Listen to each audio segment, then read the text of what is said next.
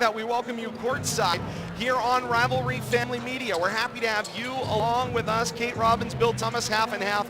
They'll slide into view as we continue here from our courtside broadcast position. We're here tonight with our partners on the K-Zone, AM 1280, 105.3 FM, streaming live at WPKZstream.com. So we're going to be with you all night long here on Facebook Live. The archive will be out on YouTube within the next 24 hours as well. We're looking forward to a fantastic night. Just wanted to say a quick hello to you and a standby. We will have the folks from the K-Zone joining us in a matter of moments. You're going to get a look at players warming up.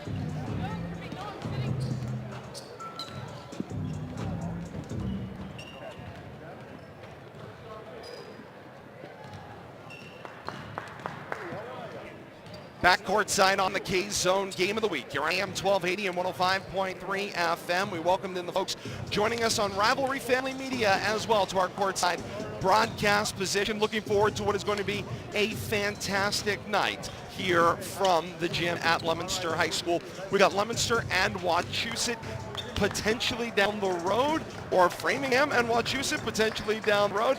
Tonight, it's Leominster and Framingham. The 8-9 matchup here on what you might call the west side of the bracket here in the MIAA D1 Central Boys Basketball Playoffs to come. K-Zone Game of the Week brought to you by Bold Orchards for the season's best harvest and the freshest produce, daily lunch specials, and Nitro Brew coffees. Bold Orchards open 7 to 6 daily at the junctions of Route 110 and 117, online at boldorchards.com. Bill Thomas, we had an opportunity to talk a little bit about the Leominster Blue Devils before we sent our friends over at the K-Zone to break. Let's talk a little bit about this Framingham Flyers team. They come in with a 10-10 record. They are 4-9 in the Bay State's Carey Conference. Had an opportunity to talk to their head coach, Jason Goslin, a little bit over the weekend. He was absolutely fantastic. Can't say enough good things about Coach Jason Goslin as far as a media perspective goes. He was awesome in our pre-interview to kind of get a lot of information thrown at us. Here's a little bit of what he had to tell me about his team this year. They started the year at 1-3. First 3 games that they lost 2 of them on back-to-back buzzer beaters. Talk about facing a lot of adversity right out of the gate. You lose on back-to-back buzzer beaters, losing 3 out of your first 4 games that you play this year. He's graduated 10 out of 11 players from 2 years ago. So really, he's got essentially, as he said, he's been head coach for 2 years. He was the JV coach the year before. He's basically got his entire JV program is now his varsity Moved program. him up. I love as he is the head coach. But he knows the players. He does know the players very, very well. And he knows they know the system. In the last year since he's been head coach, he's only graduated 3 what he called key players that saw significant minutes on the floor. So he's got his team returning year in and year out. They're fairly young. They'll all be back again next year, he said, other than maybe one. He's got a team that has had a great opportunity to grow and gel together. And one of the things that really stuck to me was how much he knew about Central Mass. He's a Douglas High School graduate. He's a graduate of Worcester State University, where he had an opportunity. That is correct. And he said he's very familiar with the Midwatch and their traditionally powerful schools.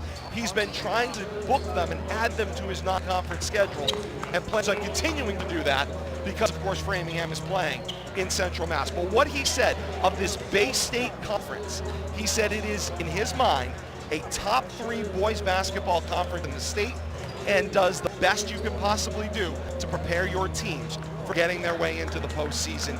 He was supremely confident in how well these 2 teams are going to match up tonight. Well, I'm sure he's confident in he has played some big schools. When you look at Framingham's a town. I'm not sure what their enrollment is, but they match up Braintree, Concord, Carlisle, Lincoln, Sudbury, Natick. They play in a group of large schools, and you're right, Todd. They started out 1-3, but then they found their way into a 4-game winning streak. But since then, they've been basically a 500 team. They'll win a couple, lose a couple, win one. The last 8 games, I believe, has been consistently win-lose, win-lose, win-lose, win-lose. Last 8 games, and coming off a loss to North Attleboro, 4-point loss after a win previously against Peabody Veterans Memorial in Peabody. But this has been an up and down team, but as the coach said, it's been a team that he's developing under his own character. And for them to make the playoffs, I believe they had 4 wins maybe last year. to advance to this level at his, this early in his coaching career at the Varsity. I think it's just a great testament to the way he coached his JV players and to bring them along and then see that success. Indeed, and to give you kind of a little bit of background as to what Coach Goslin says are going to be the keys for his Framingham Flyers tonight. He says they've got to defend. They've got to nullify Gavinsky Pierre-Louis. He referred to him as the center. That center they've got, he said, that he's seen on video. He goes, they have got to neutralize him, and he referred to other big bodies on the floor. So they're talking about J.C. Korowitas, of course, got the size advantage. That's the one thing he said.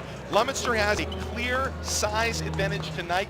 He says his team, if he was to describe them, they're resilient, they're fighters, they're young, and they're undersized. That's how he described his team tonight. He also said they've got to avoid foul trouble, get to the foul line, and take advantage of the free opportunities and get on the glass and rebound. Those were what Coach Jason Goslin thought were his keys for his Framingham Flyers in matching up with the Leominster Blue Devils. Well, I would move rebounding to the top of that list because they're going to have to do a great job controlling Gavinsky underneath. I got some stats here.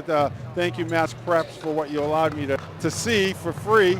But, they got two kids at 6'2", and everybody else is 6 feet or under. So they do have a size matchup as far as height, but they got some fairly wide bodies that I think they're going to try to use their muscle. I wouldn't be surprised to see them maybe run a pack-in zone unless, the Blue Devils can loosen that up with some outside shooting, which is always nice to see. But, in the free throw line, we know games are won and lost at the free throw line, and when you challenge a 500 team, you come down to 1 or 2 point losses. You go back and look at stats. You're 6 for 12 at the free throw line, or 5 for 10, or even 5 for 13, something under 50%. You're like, this is where I lost the game. And we see that game in and game out at this level, and it's an important thing to work on, and it's good to see him stressing that. Indeed, he is aware of what they need to do tonight. We will have more as we count down to tip-off on this K-Zone Game of the Week playoff action. It's boys basketball action coming to you from the gym at Leominster High School. The 8th-seeded Blue Devil boys against the 9th-seeded Flyers of Framingham. Should be an exciting matchup. The K-Zone Game of the Week brought to you by Colonial Chrysler, Jeep, Dodge, and Ram of Hudson. See the difference that selection, service, and price make. Dealer of the Year 5 years in a row. Online at buycolonialdodge.com. More to come. Blue Devils and Flyers at the bottom of the hour. According to our in-stadium clock, 3 minutes to tip-off for Leominster and Framingham. All that to come, including a national anthem and live player introductions. That's coming up. It's the K-Zone Game of the Week here on WPKZ. We just had the coin flip. I didn't see who won it. I'm ready for some basketball.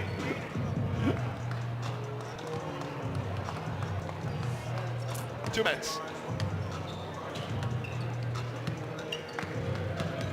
For those of you joining us on Rivalry Family Media, bear with us as when the K-Zone steps away, we've got a break of action for you. You'll keep a look, of course, out on the floor. You're seeing a great look at the Blue Devils going through their warm-up paces tonight, getting ready for action here between the Blue Devils and the Flyers. So happy to have you with us inside the gym at Leominster High School on Rivalry Family Media. And, of course, remember, this game, in addition to being live on Facebook, will be streamed to YouTube later on as well for archival purposes. So you'll be able to share that out on YouTube as well. Third member of our broadcast team, Kate Robbins, will join us in a little bit as well. She'll even take over steering this pregame in a little bit, as well as I've got some public address duties we'll be doing from our courtside broadcast position once again tonight as well. So we're looking forward to all of that coming up as we continue here on Rivalry Family Media. It's Leominster and Framingham, the 8-9 game here of the Division 1 Central Mass playoffs. Happy to have you with us, as we said. Stay with us here on Rivalry Family Media.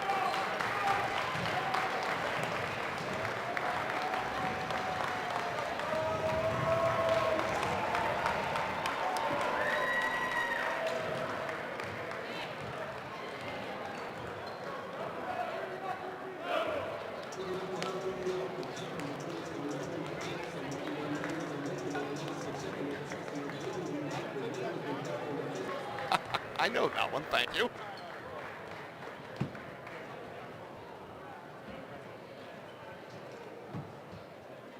Appreciate that.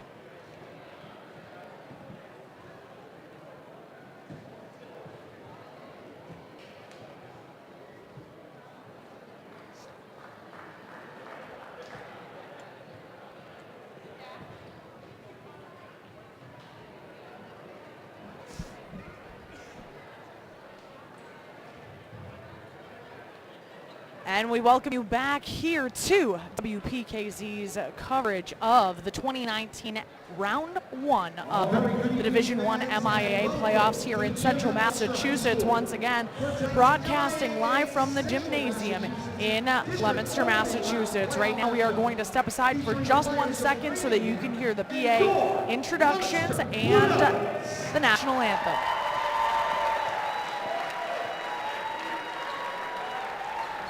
It's time now to meet tonight's starting lineups, beginning with the visiting Framingham Flyers. At guard, a senior, number 3, Victor Perillo. At guard, a junior, number 4, Luke Spring. At guard, a senior, number 10, Matt Fonseca. At guard, a junior, number 20, Sam Ryan. At forward, a senior, number 34, Alex Smith. The Flyers are coached by Casey Muslin, assisted by Jordan Drucker, Kevin Murphy, and Bob Gaines. And now it's time to meet the starting lineup for your Leominster Blue Devils. At guard, a freshman, number 1, Derek Thomas. At guard, a junior, number 10, Trey O'Mike. At guard, a junior, number 14, Jeremiah Collier. At forward, a junior, number 33, Ryan Whitehouse. And at center, a senior, number 21, Babinski Pierre-Louis.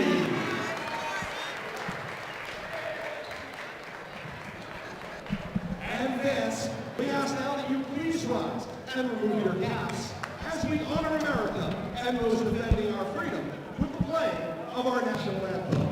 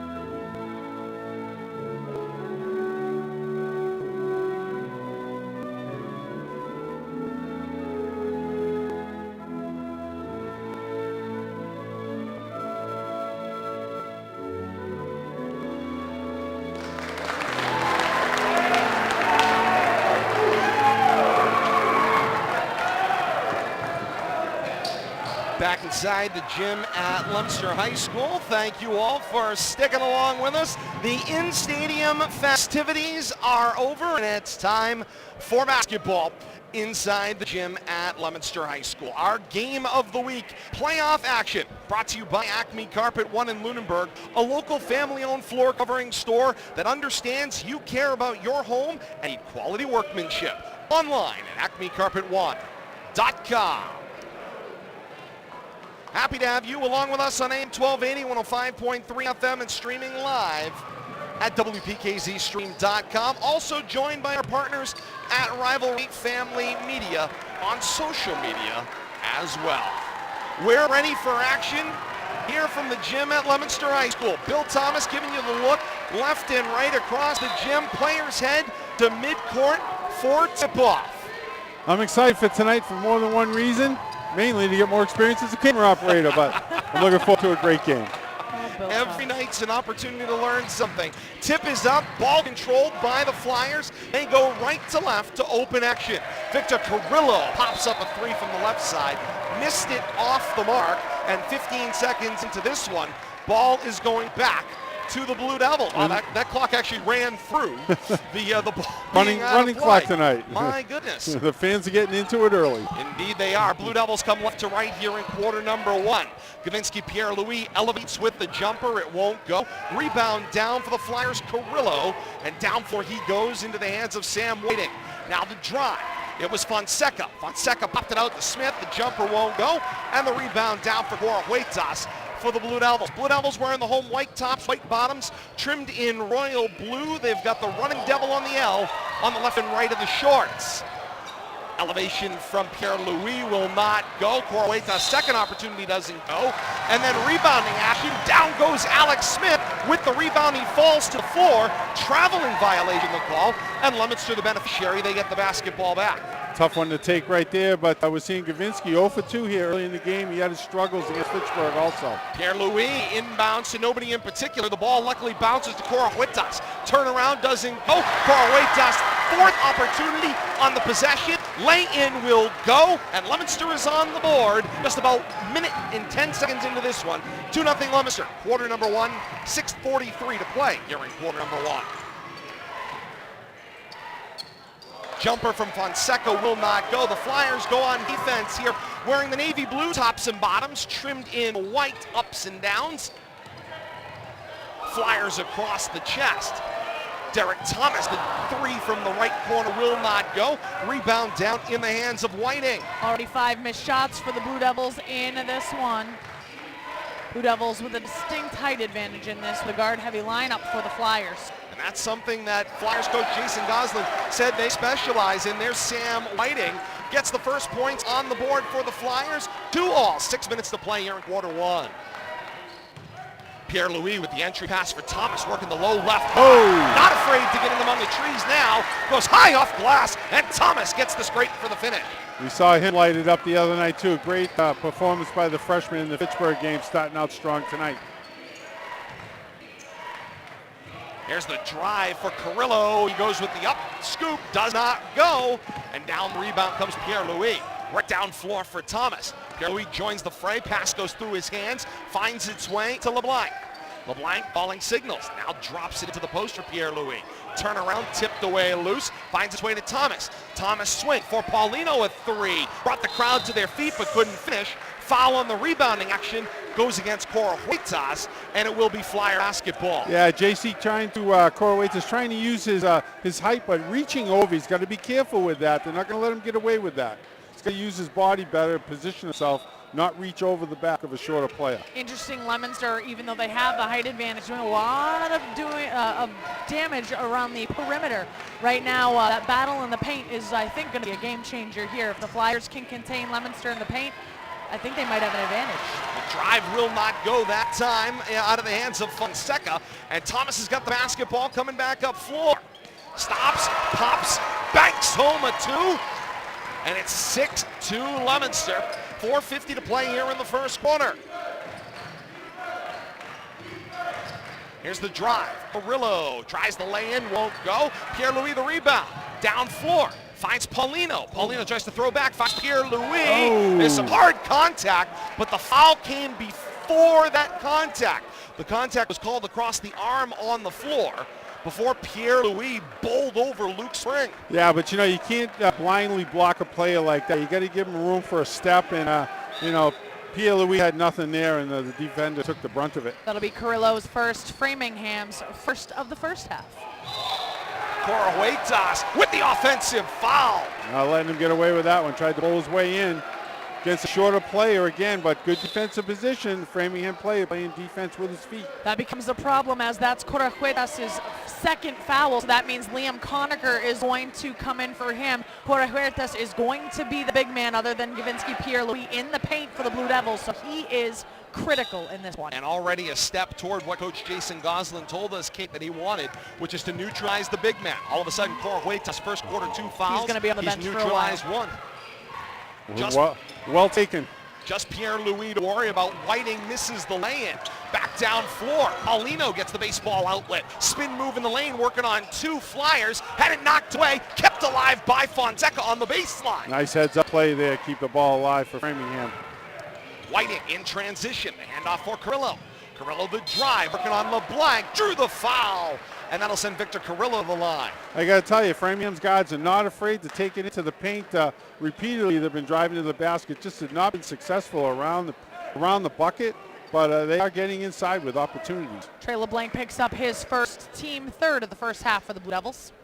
Halfway through quarter number 1, Leominster nursing a 6-2 lead in a low-scoring first quarter. I just noticed, I'm going to make a comment. We have 3 officials tonight. Did you mention that earlier? I did not mention it off the top. Just happened to catch the layout here, both sides and under the basket official. 3 officials tonight for the playoffs. Carrillo has the first go, and just based on who I recognize, I believe, I recognize 1. So I believe Central Mass has 1, Eastern Mass, if you will, or the Framingham area with 2. I believe just based on the officials I can recognize on the floor. Carrillo 2 for 2 from the charity stripe on that one. Makes it a 6-4 basketball game. Framingham still chasing 2. Under 4 minutes to play here in the first quarter. Thomas with the jumper from the right side. Short of the mark. Fonseca rebound. Back down floor and drive. Swatted away by Liam Conacher. Wow. Made his presence felt. Didn't waste any time getting on the stat sheet with a big block right there. And he added the enthusiasm with the little safe signaling. Not in here, not today. I like the passion from Liam Conacher. Here comes the inbound. Fonseca bounce pass to Smith. Jumper from the left wing won't go. And the rebound for Paulino. Already the 7th missed shot for the Flyers in this one. 2 from 3-point range. Paulino the scoop. It won't go. Battle for the rebound. Flores Ramirez was in there for Leominster. Couldn't get a hand on it. Carrillo takes it in transition end to end. Misses the lay-in. Whiting missed the follow-up. Framingham have trouble finishing around the basket. Paulino all day to look at a shot. 3 from the left side. Off rim and out of bounds, and the ball will go back to Framingham. I like Framingham's aggressiveness, though. They're continuing to drive. If they don't start hitting those shots, they're going to at least, very least, probably pick up a foul or 2. And you said that was Coach Goslin's strategy. 3:06 to play here in the first quarter. 6-4 the Leominster lead. Here come the Flyers from right to left over midcourt. Hand off for Carrillo. Carrillo playing catch with Whiting off the right side of the arc. The setup, Carrillo, strong take to the left block, fade away, create the separation, and gets the shot to go. We're tied at 6, 2:45 to play here in the first quarter. Carrillo found a spot he looked comfortable in. I wouldn't be surprised to see him go right back there next time down the court.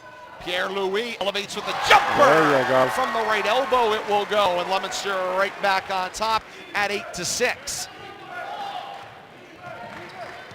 Pierre-Louis not waiting until the second quarter or third quarter to get on the board. He's starting early. The drive in the lane shot will be waved off. Foul is on the floor. Looked like Conacher got billed for it. It will be Conacher's first team 4th for the Blue Devils in the first half. 2:21 to play in the first quarter. 8-6 Leominster's lead. They reset the shot clock there as there was a change of possession. And now here we go. Spring. From Fonseca, got the inbound. Spring took the 3 in the right corner. It didn't go. Rebound down for Thomas. To Paulino, through the hands of Conacher. And the other way it comes in the hands of Carrillo. Carrillo finds Spring. Spring to the right elbow. Kick back Fonseca. 3 from the left. Does not go. And Conacher down with the rebound.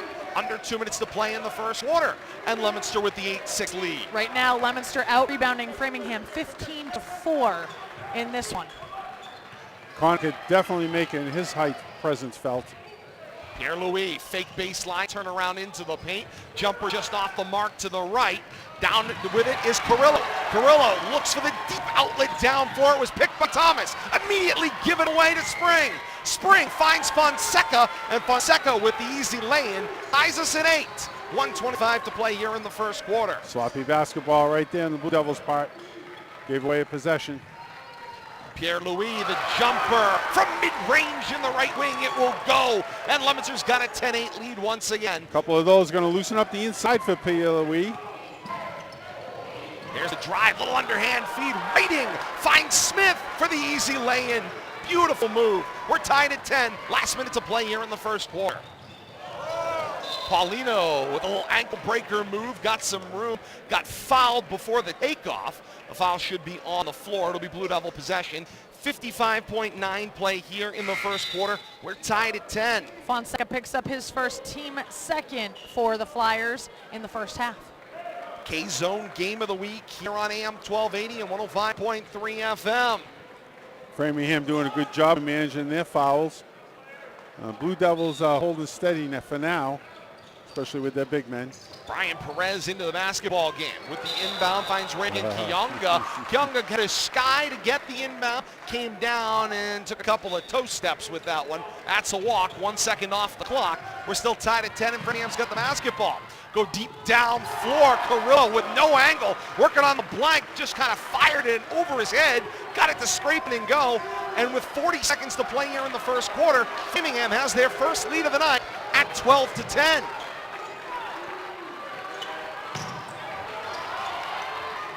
Trey LeBlanc with the jumper from the right side, won't go. Loose ball bounces out to Paulino. Shot clock is off, 25.5 seconds to play in the first quarter. Paulino all the way back out by the timeline. Paulino steps up, was thinking about a last shot here. Still 15.5 seconds to play in the quarter. Kickback, Perez is going to take the three. Back rim, no. Whiting the rebound and the run out. They don't have the numbers, but Whiting, the no-look give into the wing. 5 seconds to play in the quarter. Now 3 seconds. Carrillo will fire up the shot. He took contact. Officials thought about a foul call, didn't, and the quarter will come to an end. And through one quarter here at the gym at Leominster High School to score. Framingham 12 and Leominster 10. See a great crowd on hand here if you're joining us on Rivalry Family Media tonight alongside Bill Thomas and Kate Robbins, Todd Robbins for WPKZ tonight. K-Zone's Game of the Week brought to you by Chapdelaine Buick GMC. The right truck can make your job easier. And Chapdelaine GMC has been selling and servicing commercial trucks since 1969. Chapdelaine also has a great selection of commercial used trucks. Stop by Route 2A in Lunenburg or online at chappygm.com. K-Zone Game of the Week also brought to you by Hometown Bank, your neighborhood bank since 1889. Sack Boulevard, Leominster, 7 other area locations, online at hometowncoop.com. Kate's an opportunity to calculate stats through quarter number 1. Right now, Leominster with contributions from 3 different players. Derek Thomas has 4, Pierre-Louis with 4, and Cora Cuetas with 2 points. Right now, Victor Carrillo for the Framingham Flyers. He has 6 points right now for them. He's the guy that the Blue Devils are going to have to stop, I feel like, in this one. And we are underway with second quarter action. Leominster's got control left to right, half court right.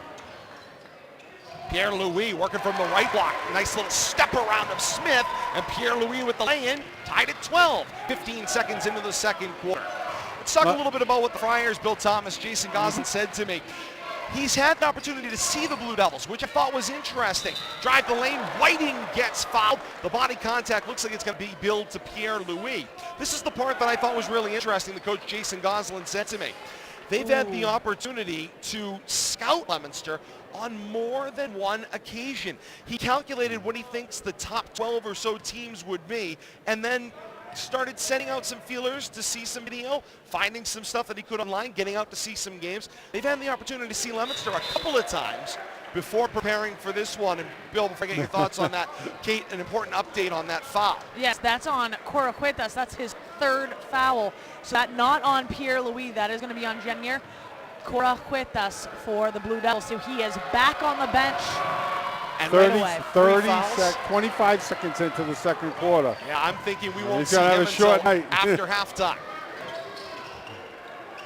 But Framingham's doing exactly what they wanted. Pierre-Louis takes body contact, got the lay-in, but couldn't get it to fall. He is going to get the foul, though. Pierre-Louis got 2 coming from the line. 7:23 to play in the second quarter. Team's knotted at 12.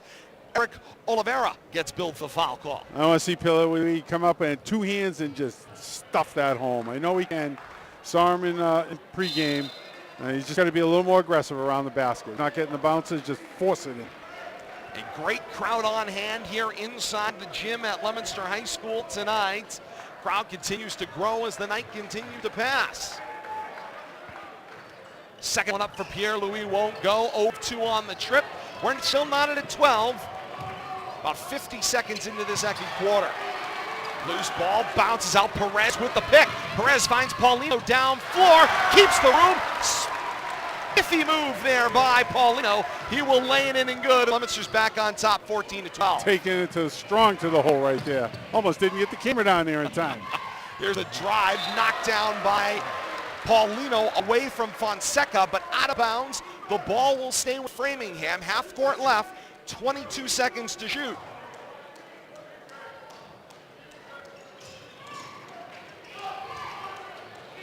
They'll go all the way up top for the inbound. They will find Fonseca. Swings it over to Whiting. Whiting hangs out around the half circle. Now Whiting, a slash to the basket. Found some room. It got tipped away, but a foul is going to be called on Brian Perez, and 2 shots coming up for Whiting. Whiting got a free and clear line to the basket. Perez was not set up in front of him. He kind of reached back into the play, and that's likely where the foul call came. Yeah. You know, once again, Framingham continues to drive hard to the basket, possession after possession. And I know Kate keeps some great stats, but they've missed a number of layups in this game, and I'm guessing it's approaching maybe 10, and over half of their misses have been layouts. So 12 missed shots in total for Framingham, and you're right, the vast majority of those have been layups. They have, however, missed a handful from behind the arc as well. Whiting gets the second one to go, missed the first, so we're within 1. It's 14-13 Leominster, 6:40 to play here in the second quarter. Turnaround shot, Thomas with a little fadeaway, gets it to go. 16-13 Leominster, 6.5 minutes to play, second quarter. And back right to left come the Flyers. Whiting, ball fake, inside give. He was looking for Oliveira. Couldn't hold the handle, but the loose ball bounced back to Whiting. Whiting with it now just off the arc, left side. Dropped it in the post for Oliveira again. Oliveira the step around. He didn't dribble the basketball. Traveling violation call. Too many ducks and deeks, and should have put it on the floor in the second one, third one. He picked the foot up. But a nice aggressive basketball there by Framingham to keep that possession alive. Just kind of got burned by the shot clock at the end. Good defense by Leominster led to that. Down floor comes Leominster from left to right. Half court right. Loose ball bounces to Pierre-Louis. Goes with the jumper from the doorstep. It doesn't go. Rebound Whiting. Goes coast to coast. Has it tipped away by Perez out of bounds. And the ball will stay with Framingham with 25 to shoot. 5:48 to play here in the second quarter. Kickback, jumper will not go, too strong from Fonseca. Ball kept alive though. They find Allen. Allen the drive, had it tipped away. Paulino just took that away, not tipped, took.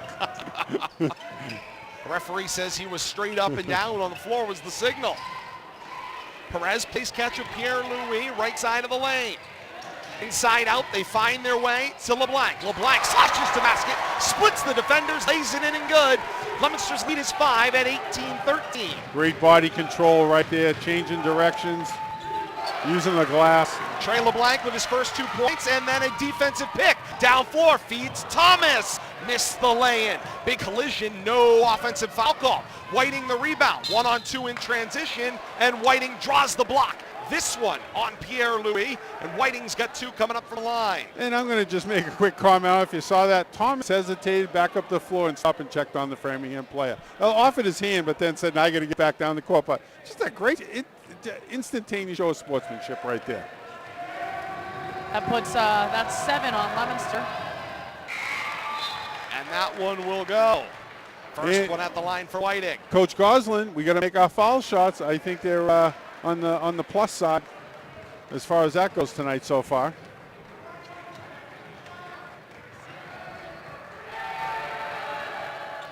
And that one won't go for Whiting, but the rebound down in the hands of Murphy. Second opportunity for Whiting on the possession on the lay-in. He whiffed. The ball down for Perez in transition. Finds his way to Paulino. Tries the underhand scoop. Whiting reached in as he went down the baseline, and Paulino's got 2 shots from the line. And going back down here, another missed layup by a Framingham offensive player. Fast approaching double digits, and that could turn out to be a difference in the game. And here's a timeout taken by Framingham. 4:49 to play in the second quarter. 18-14 Leominster's lead. And Coach Jason Goslin says, timeout. He'll bring the team in to have a discussion. Your K-Zone Game of the Week brought to you by Woodcomb Insurance. The right coverage at the right price with a local team ready to help. Online at woodcomb.com. K-Zone Game of the Week also brought to you by North End Mazda. North End Mazda, Chase Road in Lunenburg, has the latest new and used Mazda and Subaru inventory online at buynorthend.com. K-Zone Game of the Week, AM 1280, 105.3 FM, streaming at WPKZstream.com. Alongside Bill Thomas and Kate Robbins, Todd Robbins for WPKZ tonight, and with our partners at Rivalry Family Media, streaming out there on Facebook Live. Game will also be available in replay out on YouTube.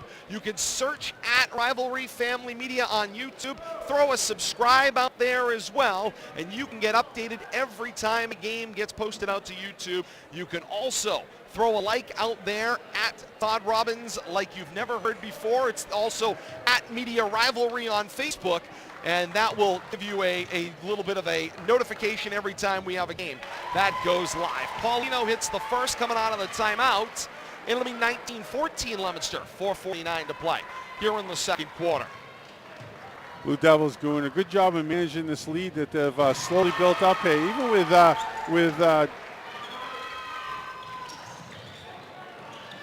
Hurtas on the bench. I lost my train of thought there. I'm like distracted by basketball. Coming up floor, Whiting finds his way to Fonseca. Tries to lean around Pierre-Louis in good defensive position, and he hit the floor. Shot hit the basket side, and now back down in transition comes Leominster. LeBlanc, deep three. Tried to make up for it with a high arc. It was short off the front rim. Carrillo, the rebound. Down floor, bangs it off the glass and good. The one thing I'm seeing, I think, on the offensive glass, the guys got to stay home a little bit because the big guys underneath are tipping the ball out. They got to stay home for those tips. They missed an opportunity there. There's the drive, Pierre-Louis, who draws a little contact, gets the shot to go, no foul call. 22-16, halfway through the second quarter.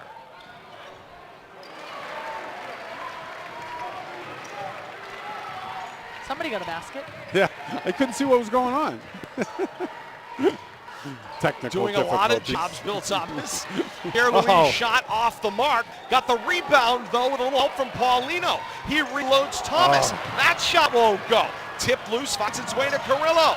Carrillo's going to take it in transition. He got wiped out by Paulino, and 2 shots coming up for Victor Carrillo at the line. Perez with a great offensive rebound down here. Just rushed that putback. Back up a little bit, tried to do a tip instead of coming down with it, but great offensive rebounding position. Just got to make it pay off. Paulino picks up his first team 8th for the Blue Devils in the first half. Shot will go here for Carrillo. 22-19, Leominster on top of Framingham. 3:27 to play here in the second quarter, and Carrillo's got another one coming from the line.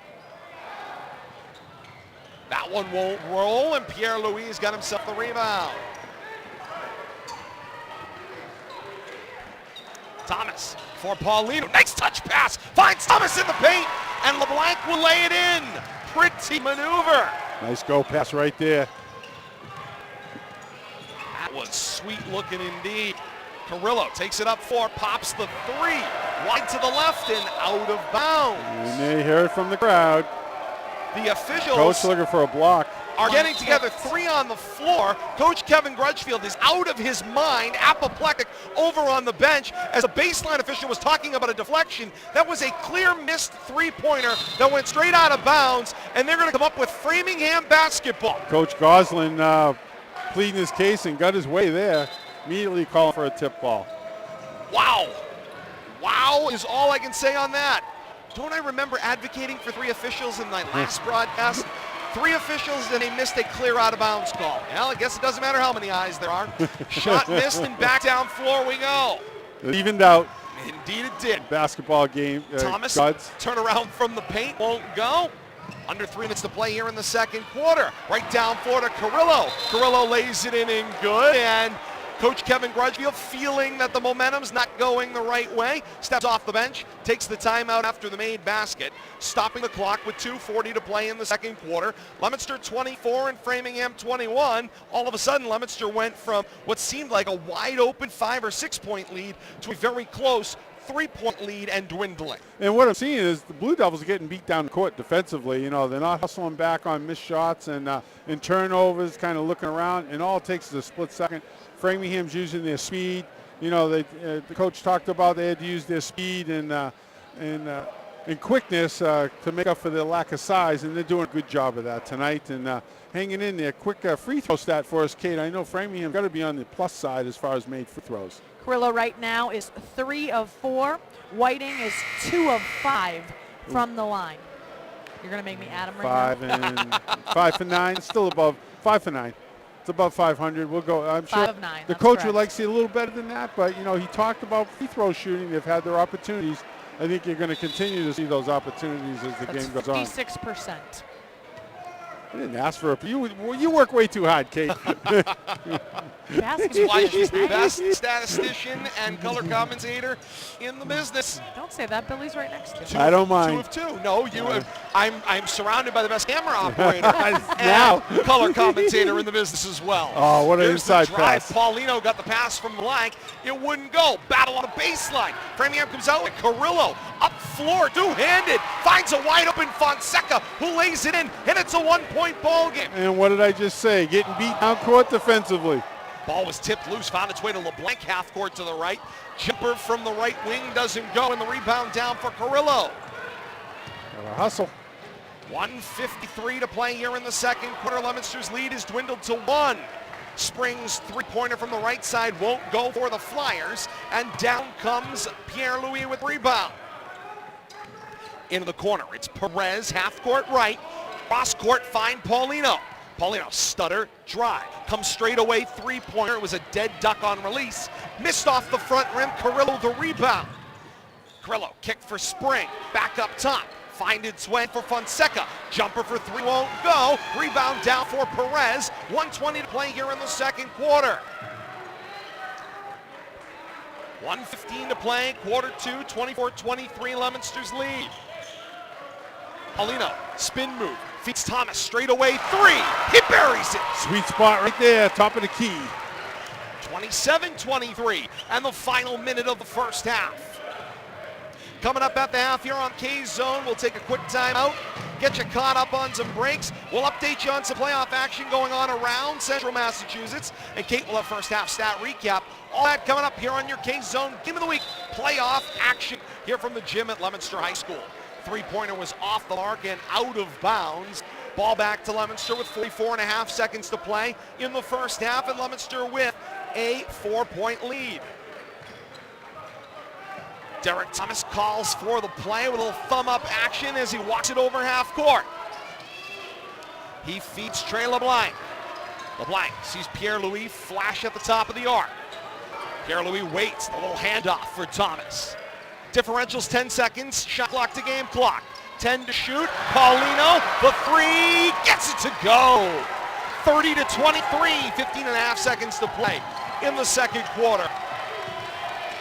Here's Spring, spin move on Paulino. Shot clock off, 7.5 seconds to play in the second quarter. Carrillo takes the 3, tried to body English it in, it didn't go. Carrillo follows the shot, scoop shot will go at the buzzer, and that's the way the first half will come to a close. Woo. One half of action in the books here from the gym at Leominster High School. The score, Leominster 30 and Framingham 25. The 8-seeded Blue Devils with a 5-point lead. They went from a 3-point deficit at the end of the first quarter, spinning around to a 5-point lead by the end of the first half. Great timeout by Coach Crutchfield there with about 2 minutes left in the half there, and Blue Devils come out with a nice little spurt to take this 5-point lead into the locker room. Indeed, they do. Your K-Zone Game of the Week brought to you by Leominster Crossings, a benchmark senior living center. You can stay connected to the people and passions you love and enjoy the peace of mind that comes with our on-site care and services. Learn how the benchmark difference and 20 years of experience can transform your life at LeominsterCrossings.com. A quick break, and we will be back with more halftime from the gym at Leominster High School. It's MIAA Central Mass Division I opening round action on the K-Zone Game of the Week. Leominster, the 8th seed, up 30-25 on the 9th-seeded Framingham Flyers at the half. A quick break, and we're back with more. You're listening to the K-Zone Game of the Week here on WPKZ.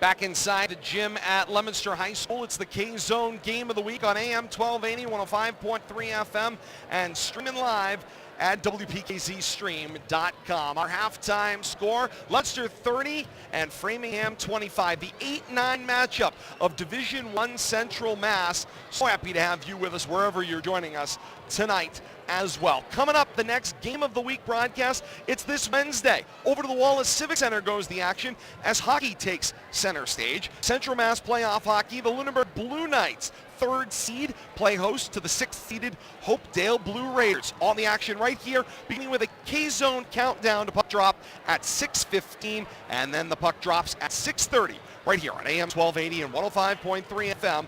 The K-Zone, your home for the most live games. Alongside Kate Robbins, Todd Robbins for WPKZ tonight, also joined our partners on Rivalry Family Media as well. And Kate, you've got our first half stats, and those first half stats are brought to you by Rhino Linings of Leominster.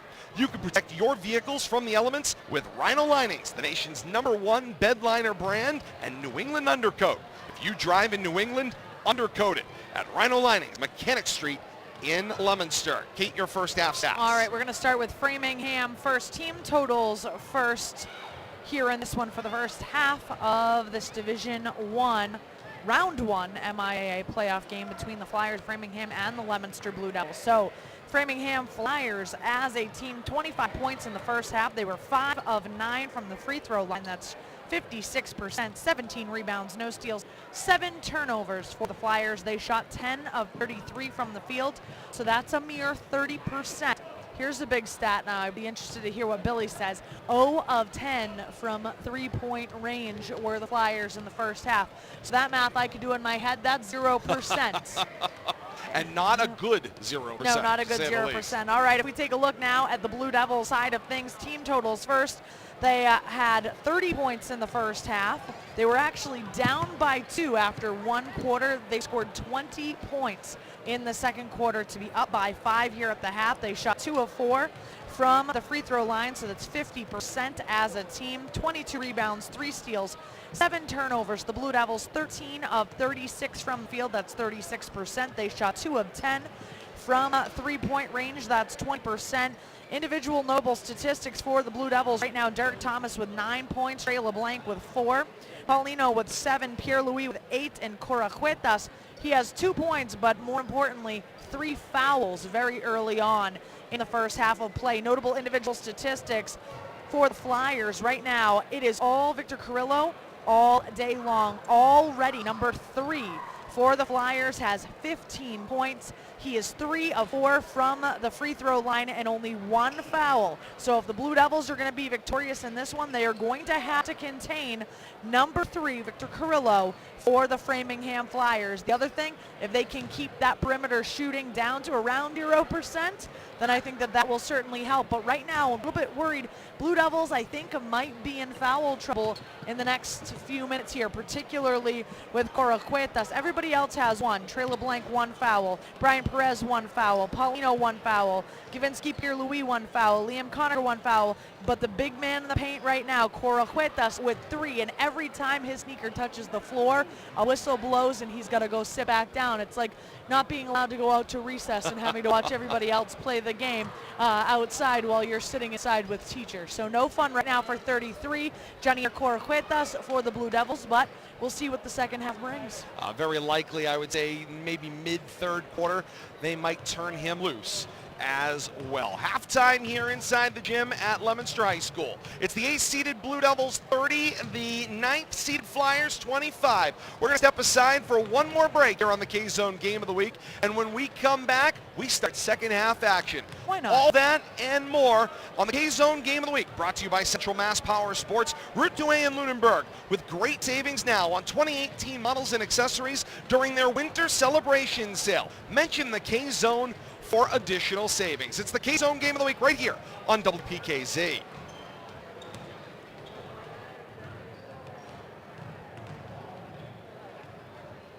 90 seconds, Derek.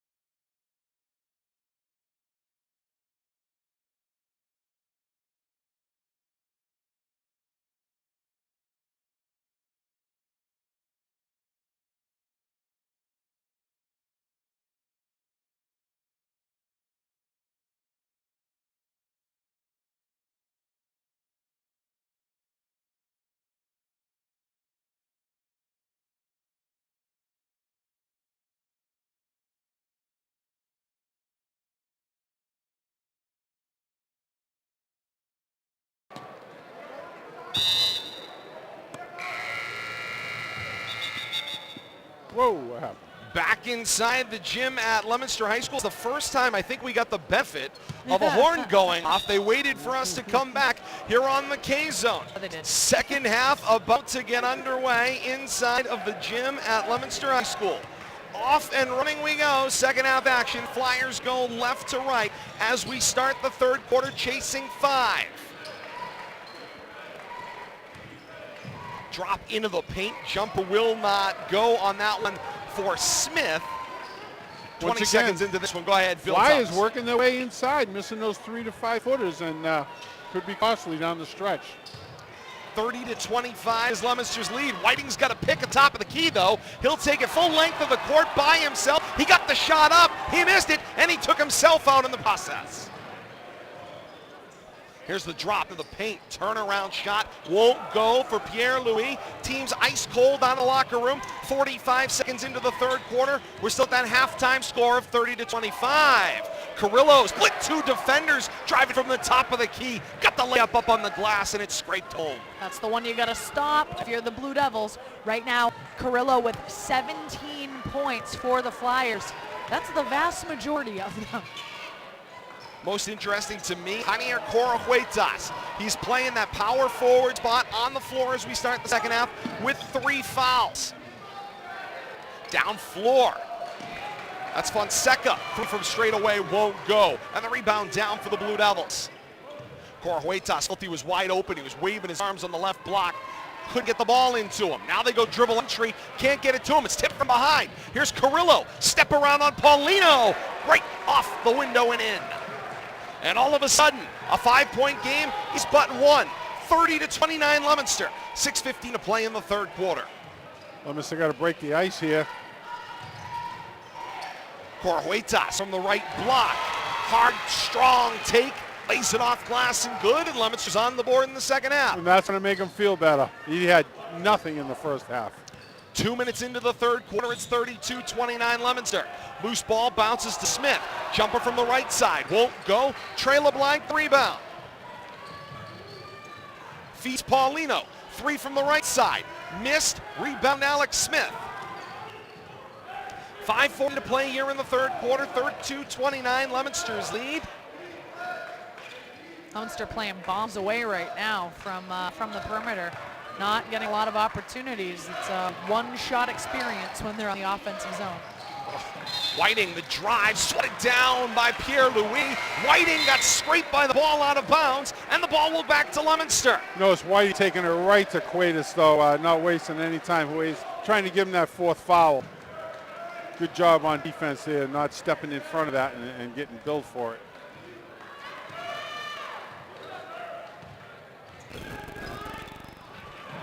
The feed inside. There we go. Elevating. It's Pierre-Louis, and he throws it down. There we go. You don't miss those. A flat-footed dunk. Straight elevation, straight drain from the left block. I could do that. 5-3. Under 5 to play here in the third quarter, 34-29, Leominster's lead. And back on defense go the Blue Devils, half court to the right. 3-point jumper for Carrillo will not go, and Pierre-Louis got the rebound on the long side. He goes up floor, finds LeBlanc. Back to Pierre-Louis. Ball fake top of the key. Drive left side of the lane. Coach Kevin Grudgefield wanted a foul call, didn't get it. Pierre-Louis missed the lay-in. I think the officials are doing a good job, though, letting them play under the basket. Spring gets the up floor 3 opportunity, and he buries it. And it's a 2-point ball game at 34-32. Right back down floor, Thomas responds with a 3 of his own. Woo! And a shootout has begun inside the gym at Leominster High School. 37-32, Leominster on top. 4:10 to play here in the third quarter. Alex Smith from the right wing jumper. Buries it. And make it 37-34. And a timeout taken by Coach Jason Goslin and the Flyers. Stopping the clock with 4:04 to play in the third quarter. It's Leominster 37 and Framingham 34. What an 8-9 matchup. D1 Central Mass MIAA playoffs. The MIAA making the complete scholar athlete.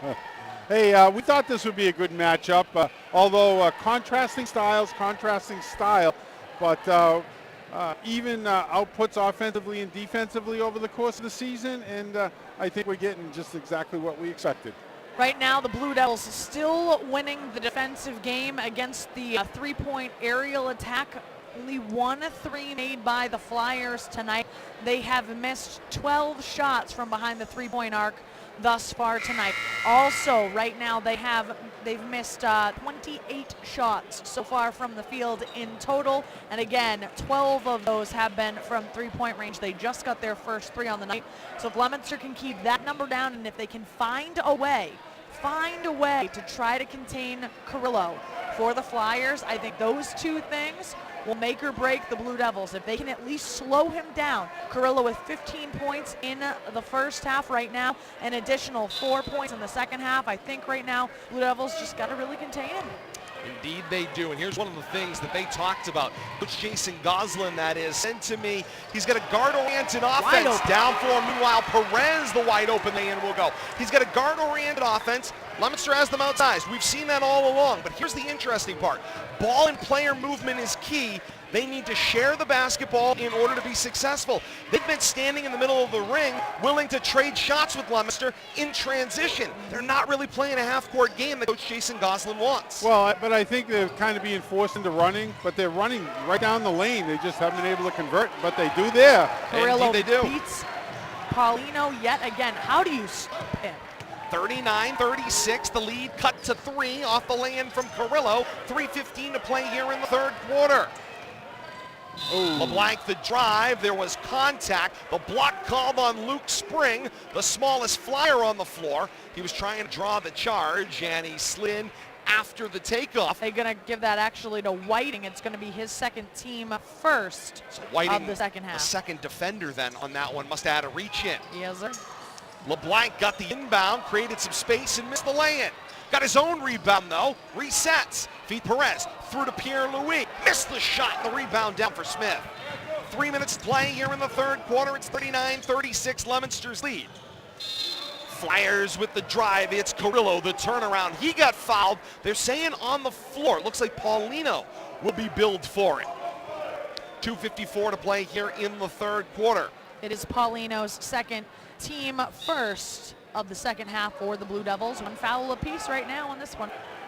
Carrillo Officials. through Smith and around to Spring. Go ahead, Bill. Officials doing a good job of letting them play.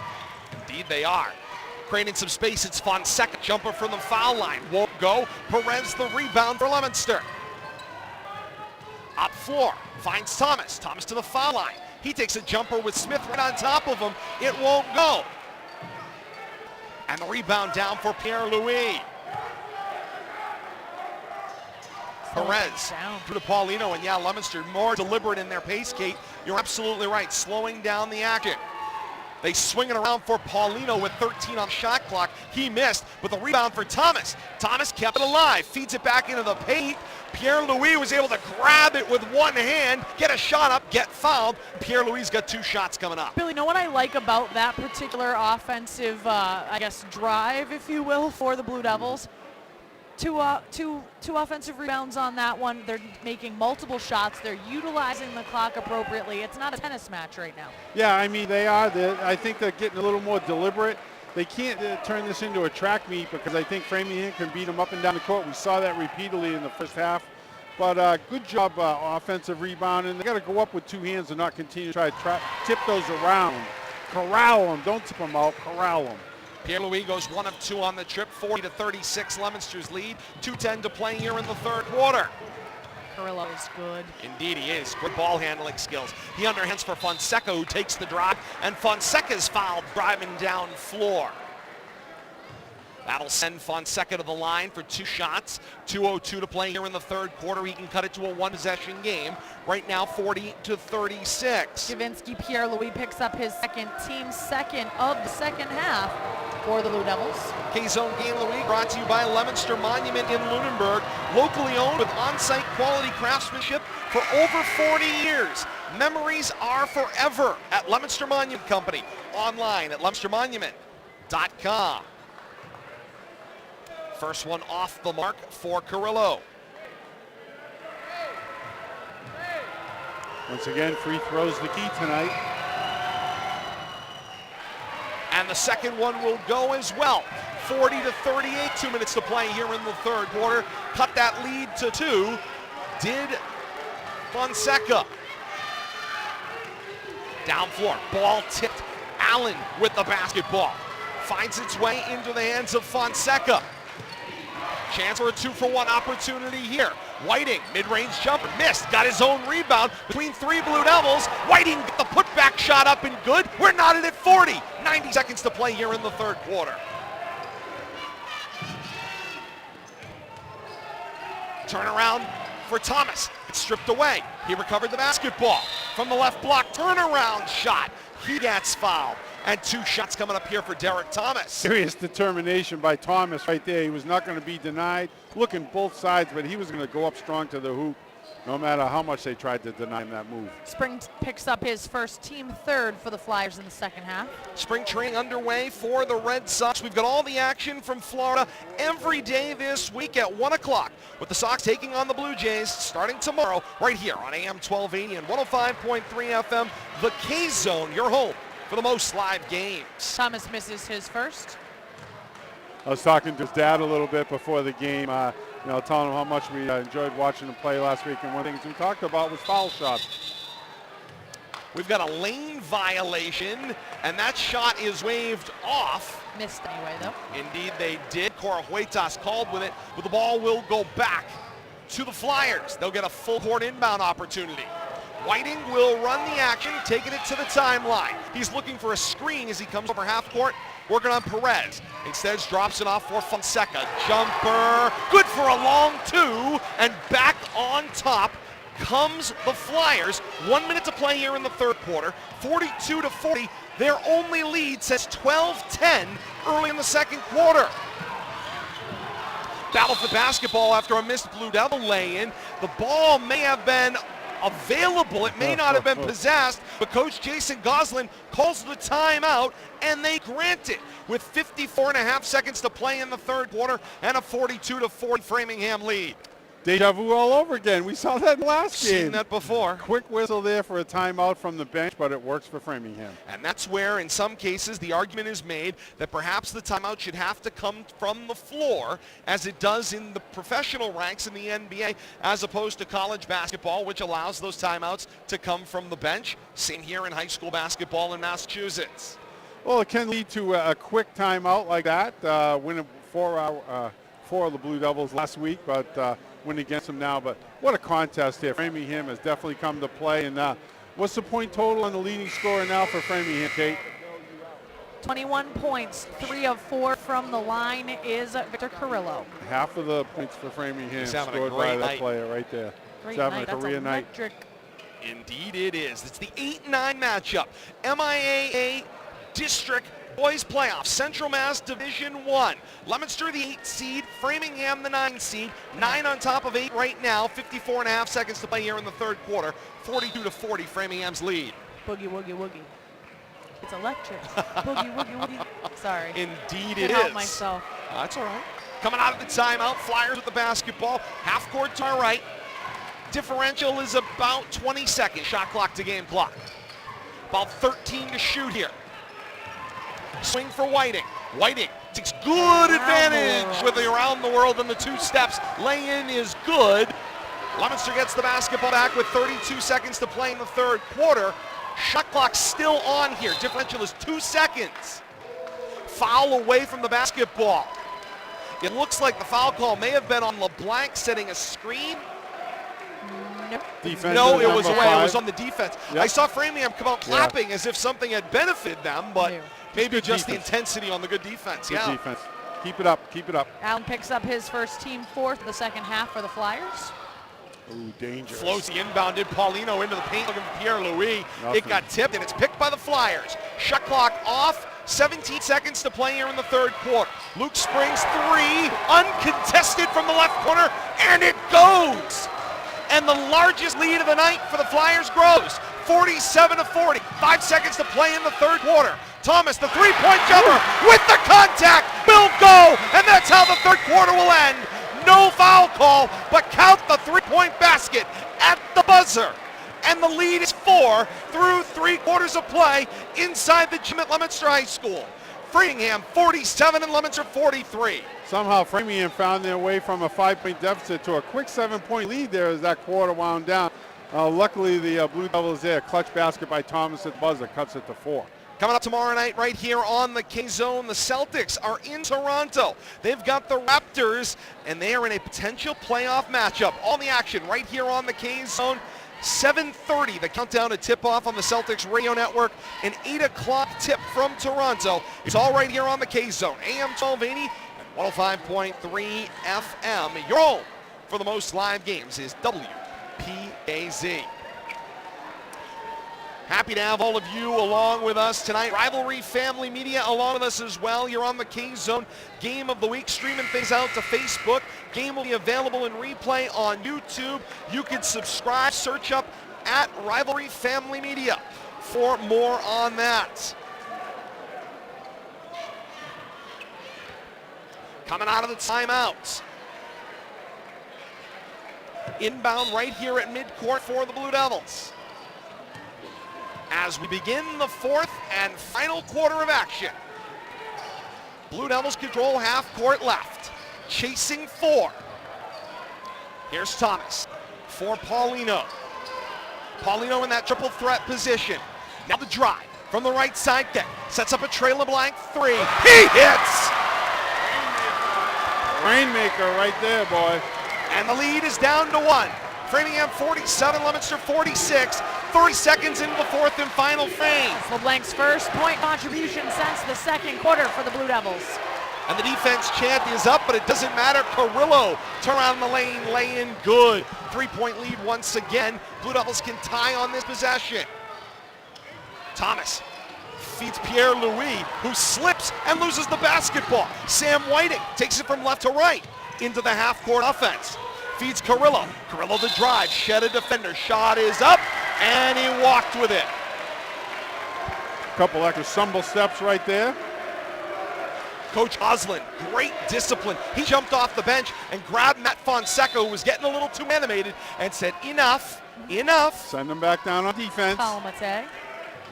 Great opportunity there. Nice coaching. Minute into this fourth quarter. Absolutely. Proactive. Well, before the emotions completely boil over. You've got it. 49-46 Framingham's lead. In the half court, Conacher feeds inside Thomas. Turnaround shot, long. Rebound down for Carrillo. Up floor feed Fonseca. Fonseca lost possession, recovered it, shot off. It was tipped from behind by Conacher. That's what we call wailing and flailing. Indeed. Conacher up floor finds LeBlanc, and LeBlanc with the floater that goes and cuts the lead to 1 again. It's 49-48. 6:26 play in the fourth quarter. And the Blue Devils faithful with the defensive chance. Carrillo the drop. Offensive foul! Levinsky fired up. Indeed he is. Lit up, stepping in the lane. And the offensive foul called on Carrillo. It's a way to get the crowd into the game right there, too. They've been a little silent. Coming back now, though, a basket and an offensive charge, that'll get them, wake them up. This is what you need. This is that sixth man or that 12th man feel when you're at your when you're at your home court right now. Framingham coming into enemy territory. Their emotions kind of starting to swell here in the fourth quarter, and Leominster brings in the crowd for some help. And that 7th man, if you will, or 6th man out on the floor. 11, 12, whatever. the jumper won't go for Paulino, and back down floor come the Flyers. Fonseca will underhand for Spring. They settle half court right. 6 minutes to play in the fourth quarter. 49-48. Framingham looking to build their lead. Here's the drive from Fonseca. Goes high off the glass. He got fouled as LeBlanc pushed him away from the basket. Nice use of the screen right there to a quick first step. Had the move, lowered the shoulder, and got the foul call. 5:50 to play here in the fourth. Fonseca at the line. He can build this Framingham 1-point lead. He is shooting down directly in front of the Blue Devils student second. And he'll unbothered, unfazed, first one goes, and cross the 50 mark they go. 50-48, Framingham's lead. Fonseca 3 of 3 thus far on the night from the charity stripe. Second one goes pretty form there for Fonseca. 51-48, three-point lead once again. 5:48 to play here in the fourth quarter. Here's Thomas off a screen from Pierre-Louis. Drives, sheds, space, Thomas the three, wide. Pierre-Louis kept it alive for Conacher. And Conacher has it swatted out of bounds. Good head-up move there by Pierre-Louis just to keep that possession alive, though. Conacher, Johnny on the spot, took it right to the basket.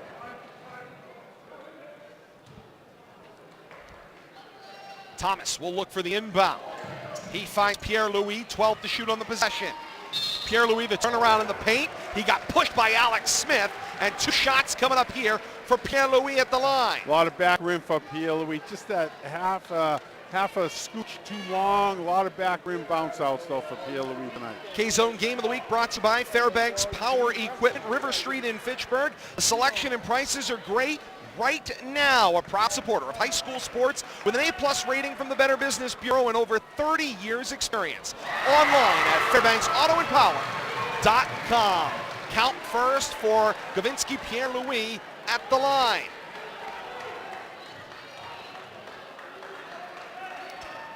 Second goes as well, and a one-point basketball game. 51-50, 9 on top of 8.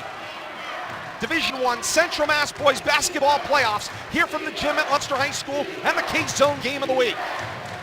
The drive, step through, finds some room. Carrillo lays it in and good.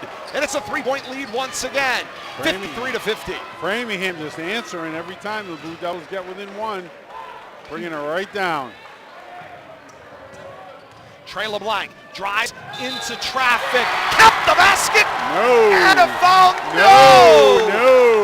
He threw the hammer down, did the official. Coach Kevin Grudgefield is irate. The official then proceeded to wave the basket off and call an offensive foul.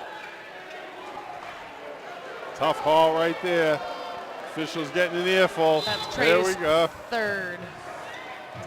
Coach Kevin Grudgefield spoke his mind.